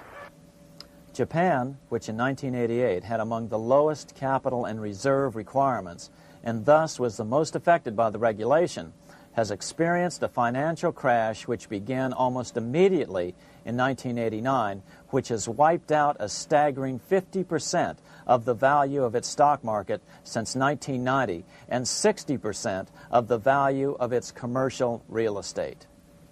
The Bank of Japan has lowered its interest rates to 0.5%, practically giving away money to resurrect the economy, but still the depression worsens.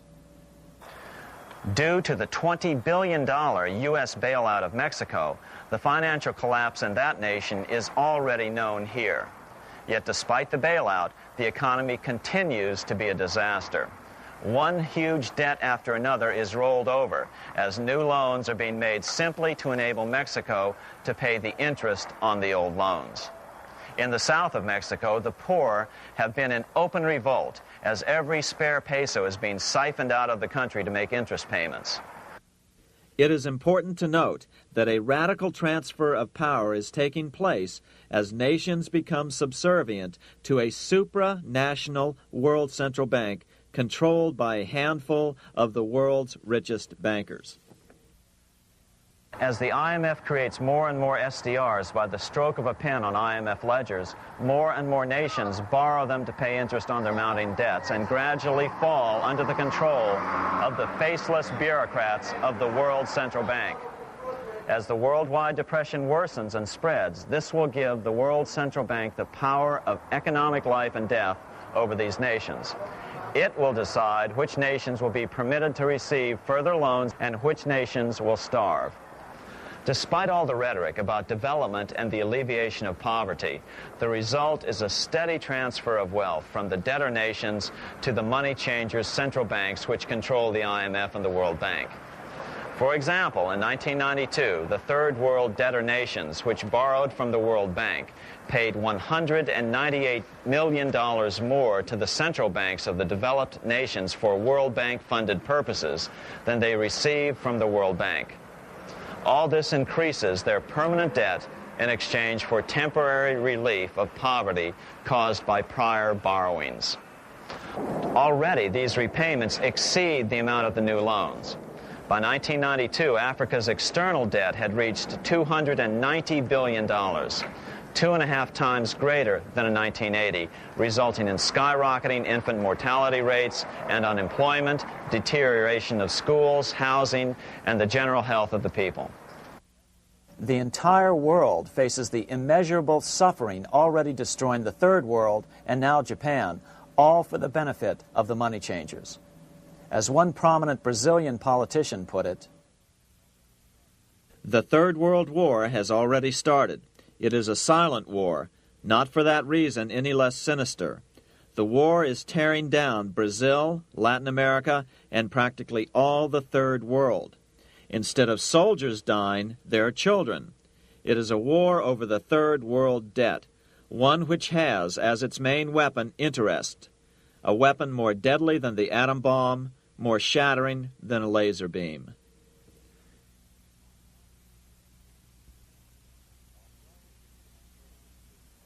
Although it would be absurd to ignore the pivotal role played by influential families such as the Rothschilds, the Warburgs, the Schiffs, the Morgans, and the Rockefellers in any review of the history of central banking and fractional banking, keep in mind, by now, central banks and the large commercial banks are up to 3 centuries old and deeply entrenched in the economic life of many nations.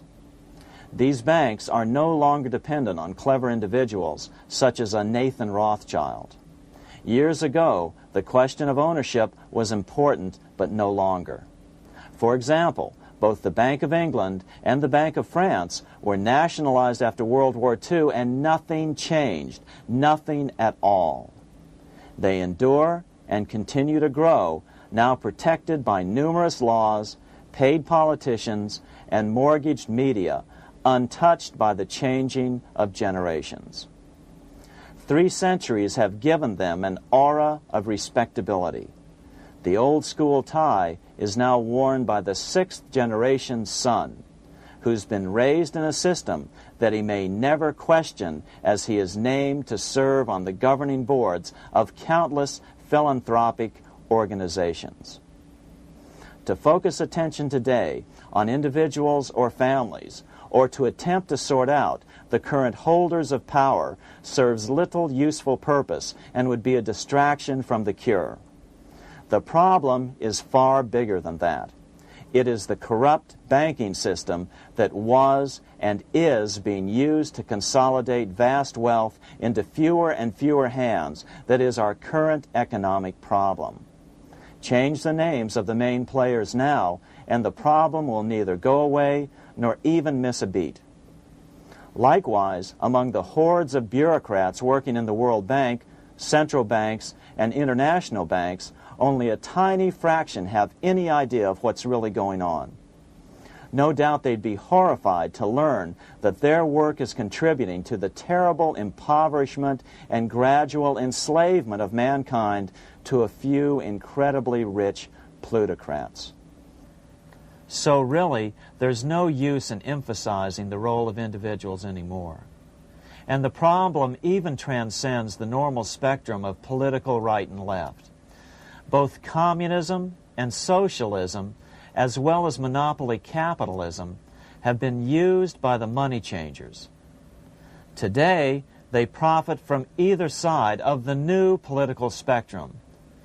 The big government, welfare state on the so-called left wing versus the neoconservative, laissez-faire capitalists who want big government totally out of their lives on the right wing. Either way, the bankers win. Monetary reform is the most important political issue facing this nation. That clarified, let's proceed to the conclusions in the spirit Lincoln declared, with malice towards none, with charity towards all. At the start of this video, we ask a number of troubling questions. Let's be sure we've answered them. What's going on in America today? Why are we over our heads in debt? Why can't the politicians bring debt under control? Why are we over our heads in debt? Because we're laboring under a debt money system that is designed and controlled by private bankers. Now, some will argue that the Federal Reserve System is a quasi-governmental agency. But the President appoints only 2 of the 7 members of the Federal Reserve Board of Governors every 4 years. And he appoints them to 14-year terms, far longer than his own. The Senate does confirm those appointments, but the whole truth is that the President wouldn't dare appoint anyone to that board of whom Wall Street does not approve. Of course, this does not preclude the possibility that some honorable men may be appointed to the Board of Governors. But the fact is that the Fed is specifically designed to operate independently of our government, as are nearly all other central banks. Some argue that the Fed promotes monetary stability. We saw the current head of the Bank of England, Eddie George, claim that this was the most important role of a central bank. In fact, the Fed's record of stabilizing the economy shows it to be a miserable failure in this regard. Within the first 25 years of its existence, the Fed caused 3 major economic downturns, including the Great Depression, and for the last 30 years has shepherded the American economy into a period of unprecedented inflation. Again, this is not some wild conspiracy theory. It's a well-known fact among top economists. As Nobel Prize-winning economist Milton Friedman put it, the stock of money, prices, and output was decidedly more unstable after the establishment of the Federal Reserve System than before. The most dramatic period of instability in output was, of course, the period between the 2 wars, which includes the severe monetary contractions of 1920-21, 1929-33, and 1937-38. No other 20-year period in American history contains as many as 3 such severe contractions.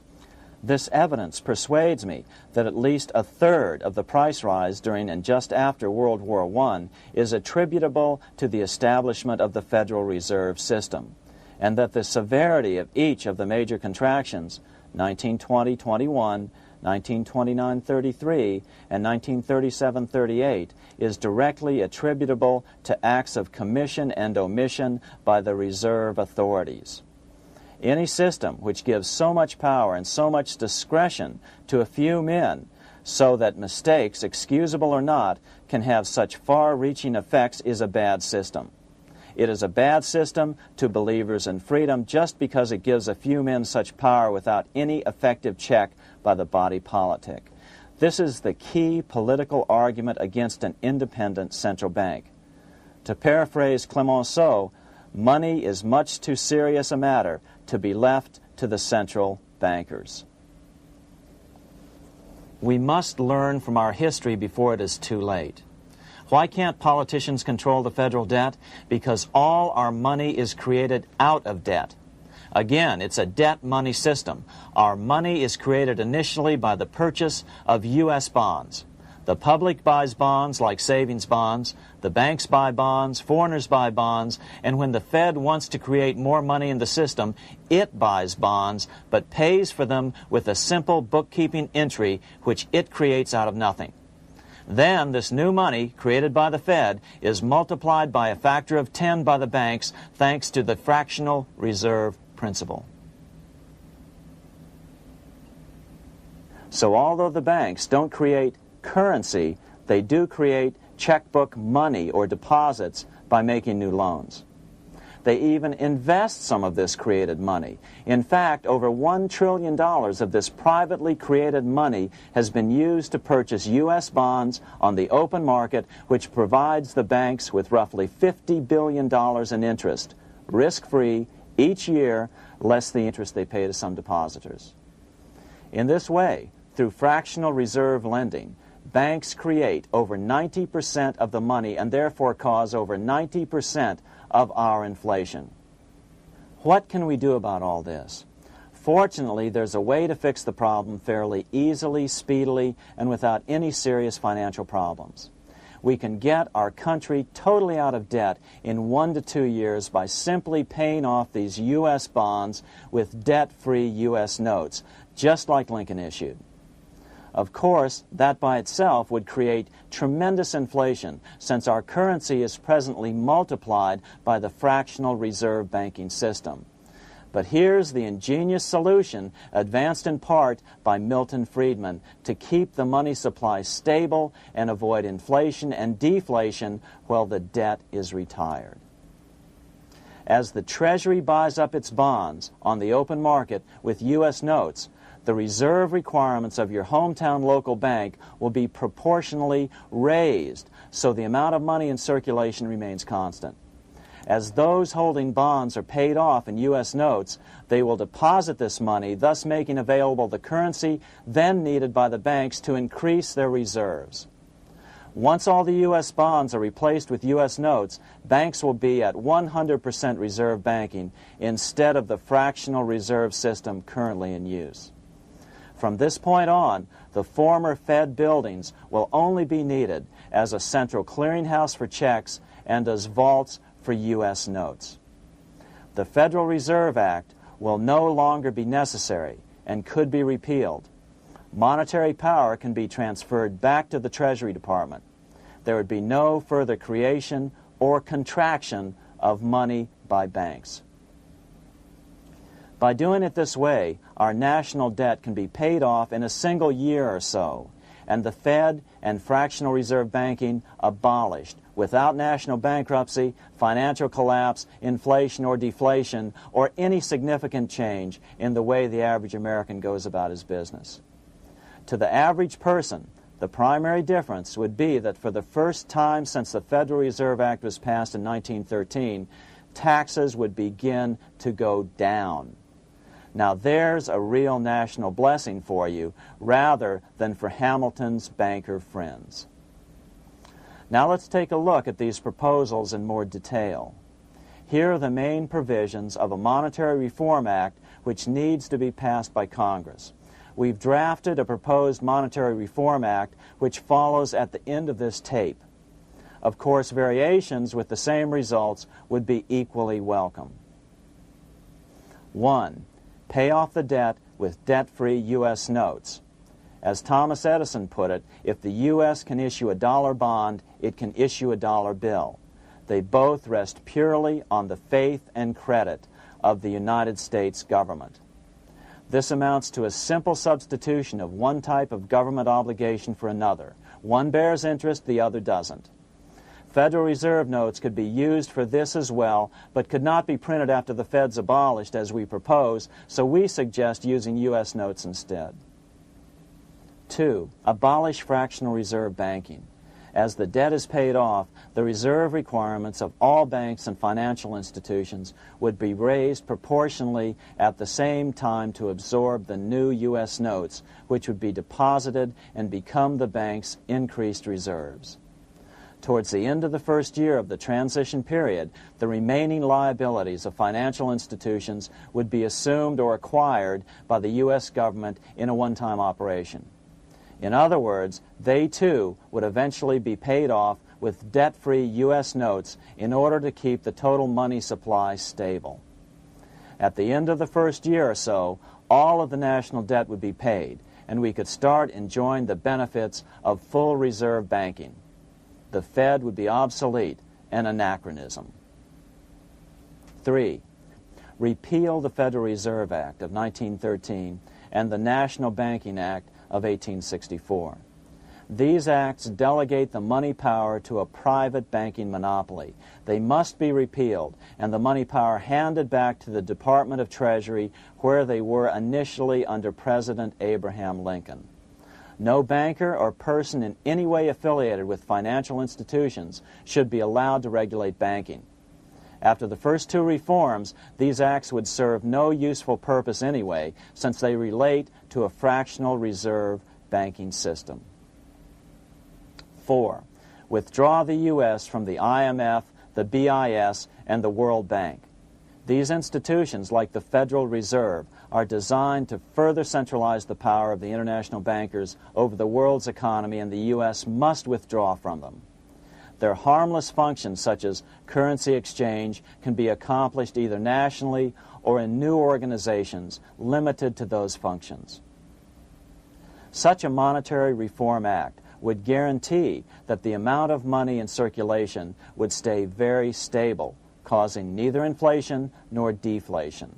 Remember, for the last 3 decades, the Fed has doubled the American money supply every 10 years.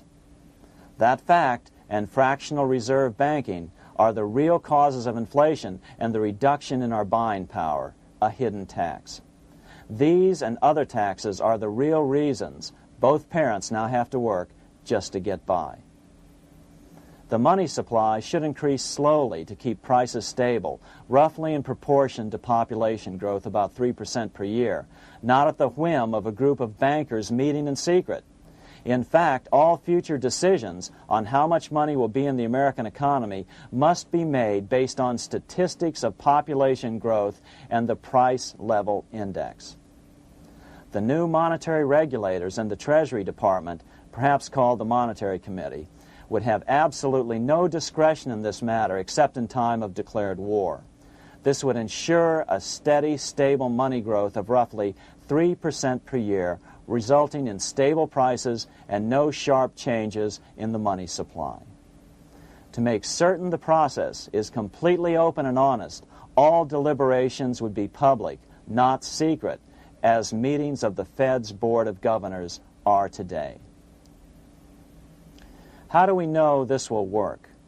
Because these steps remove the 2 major causes of economic instability, the Fed and fractional reserve banking, and the newest one as well, the BIS, Bank of International Settlements. But most importantly, the danger of a severe depression would be eliminated. Let's listen to Milton Friedman on the single cause of severe economic depressions. I know of no severe depression in any country or any time that was not accompanied by a sharp decline in the stock of money, and equally of no sharp decline in the stock of money that was not accompanied by a severe depression. Issuing our own currency is not a radical solution. It's been advocated by Presidents Jefferson, Madison, Jackson, Van Buren, and Lincoln. But it's been used at different times throughout Europe as well. Perhaps the best example is one of the small islands off the coast of France in the English Channel. Called Guernsey, It's been using debt-free money issues to pay for large building projects for nearly 200 years. Here we are on Guernsey, and this is the Guernsey Flower and Vegetable Market. Guernsey is one of the most successful examples of just how well a debt-free money system can work.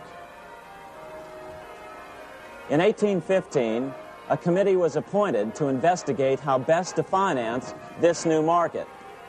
The impoverished island could not afford more new taxes, so the state's fathers decided to try a revolutionary idea: issue their own paper money. They were just colorful paper notes, backed by nothing, but the people of this tiny island agreed to accept them and trade with them. To be sure they circulated widely, they were declared to be good for the payment of taxes. Of course, this idea was nothing new.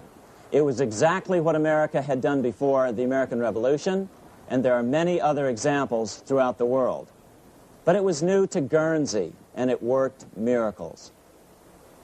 This market is still in use, and remember, it was built for no debt to the people of this island state.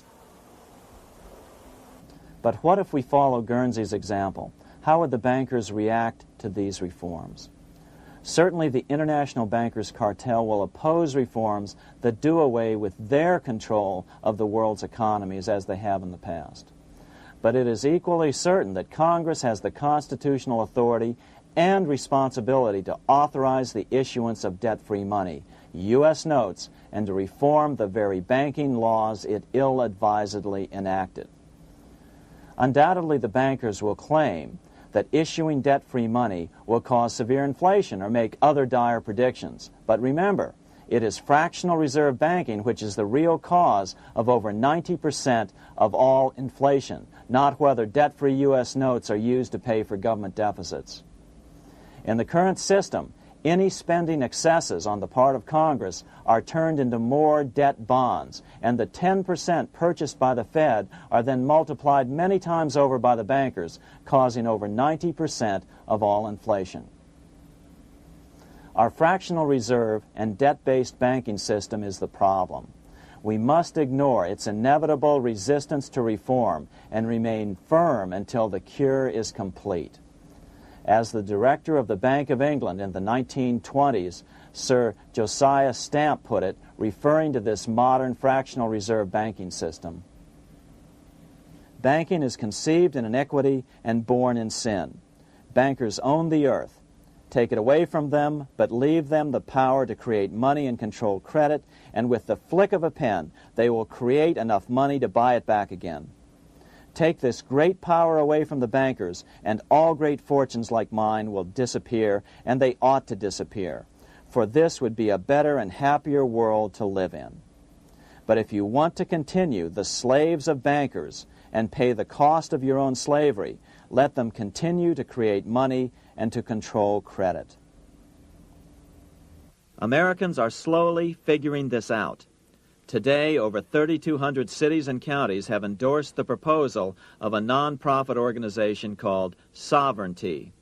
The Sovereignty movement calls for Congress to authorize the Secretary of the Treasury to issue $90 billion per year of U.S. notes, not Federal Reserve notes nor debt-based bonds, to loan money interest-free to cities, counties, and school districts for needed capital improvements.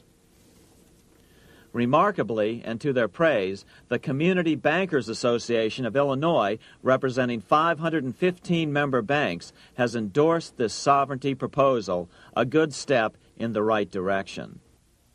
As Milton Friedman has repeatedly pointed out, no severe depression can occur without a severe contraction of money. In our system, only the Fed, the Bank of International Settlements, with U.S. bankers' cooperation, or a combination of the largest Wall Street banks could cause a depression. In other words, our economy is so huge and resilient, a depression just can't happen by accident. Unless we reform our banking system, they will always have that power. They can pull the plug on our economy anytime they choose. The only solution is to abolish the Fed and the fractional reserve banking system and withdraw from the BIS. Only that will break the power of the international bankers over our economy. And keep in mind, a stock market crash itself cannot cause a severe depression.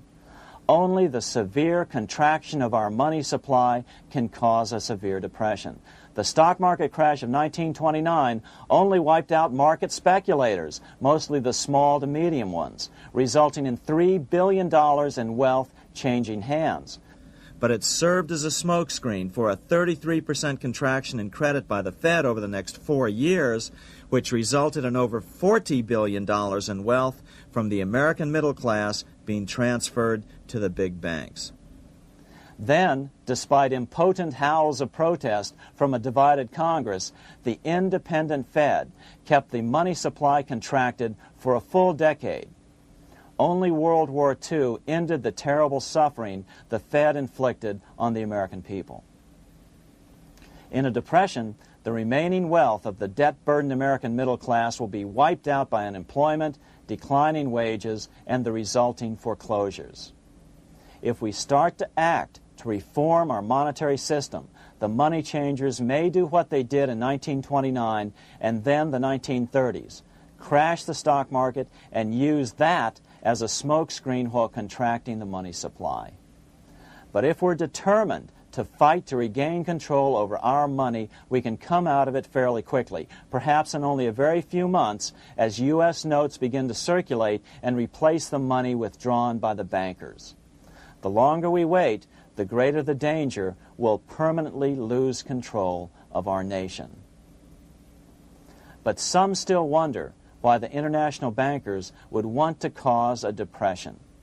Wouldn't that be killing the goose that is currently laying all those golden interest eggs?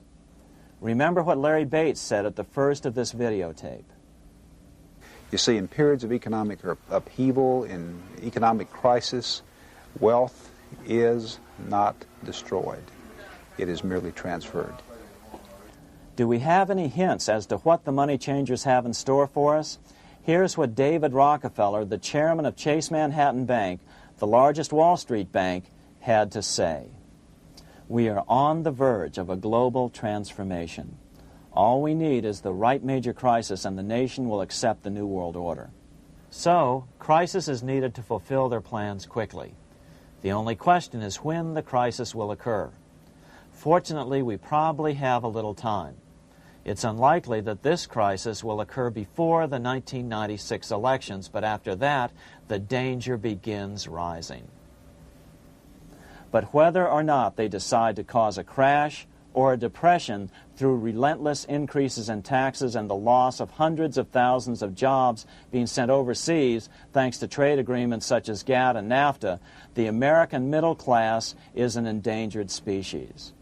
Cheaper labor, including slave labor in Red China, which Harry Wu has heroically documented, is being used to compete with American labor. In other words, money is being consolidated in fewer and fewer hands as never before in the history of this nation or the world. Without reform, the American middle class will soon be extinct, leaving only the very rich few and the very many poor, as has already occurred in most of the world. We've been warned of all this by congressmen, presidents, industrialists, and economists down through the years. Religious leaders, too, have seen the danger. About 1898, during the time of William Jennings Bryan, Pope Leo XIII put it this way. On the one side, there is the party which holds the power because it holds the wealth, which has in its grasp all labor and all trade, which manipulates for its own benefit and its own purposes all the sources of supply, and which is powerfully represented in the councils of state itself. On the other side, there is the needy and powerless multitude, sore and suffering.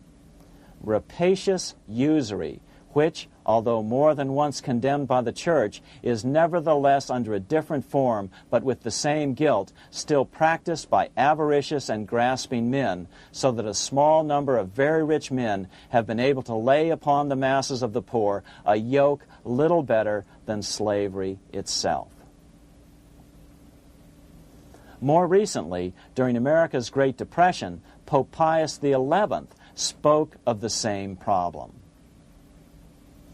In our days, not alone is wealth accumulated, but immense power and despotic economic domination is concentrated in the hands of a few. This power becomes particularly irresistible when exercised by those who, because they hold and control money, are able also to govern credit and determine its allotment. For this reason, supplying, so to speak, the lifeblood to the entire economic body and grasping, as it were, in their hands the very soul of the economy, so that no one dare breathe against their will. Educate your friends. Our country needs a solid group who really understand how our money is manipulated and what the solutions really are. Because if a depression comes, there will be those who call themselves conservatives who will come forward advancing solutions framed by the international bankers. Beware of calls to return to a gold standard. Why? Simple, because never before has so much gold been so concentrated outside of American hands. And never before has so much gold been in the hands of international governmental bodies such as the World Bank and International Monetary Fund. A gold-backed currency usually brings despair to a nation, and to return to it would certainly be a false solution in our case. Remember, we had a gold-backed currency in 1929 and during the first 4 years of the Great Depression. Likewise, beware of any plans advanced for a regional or world currency. This is the international bankers' Trojan horse.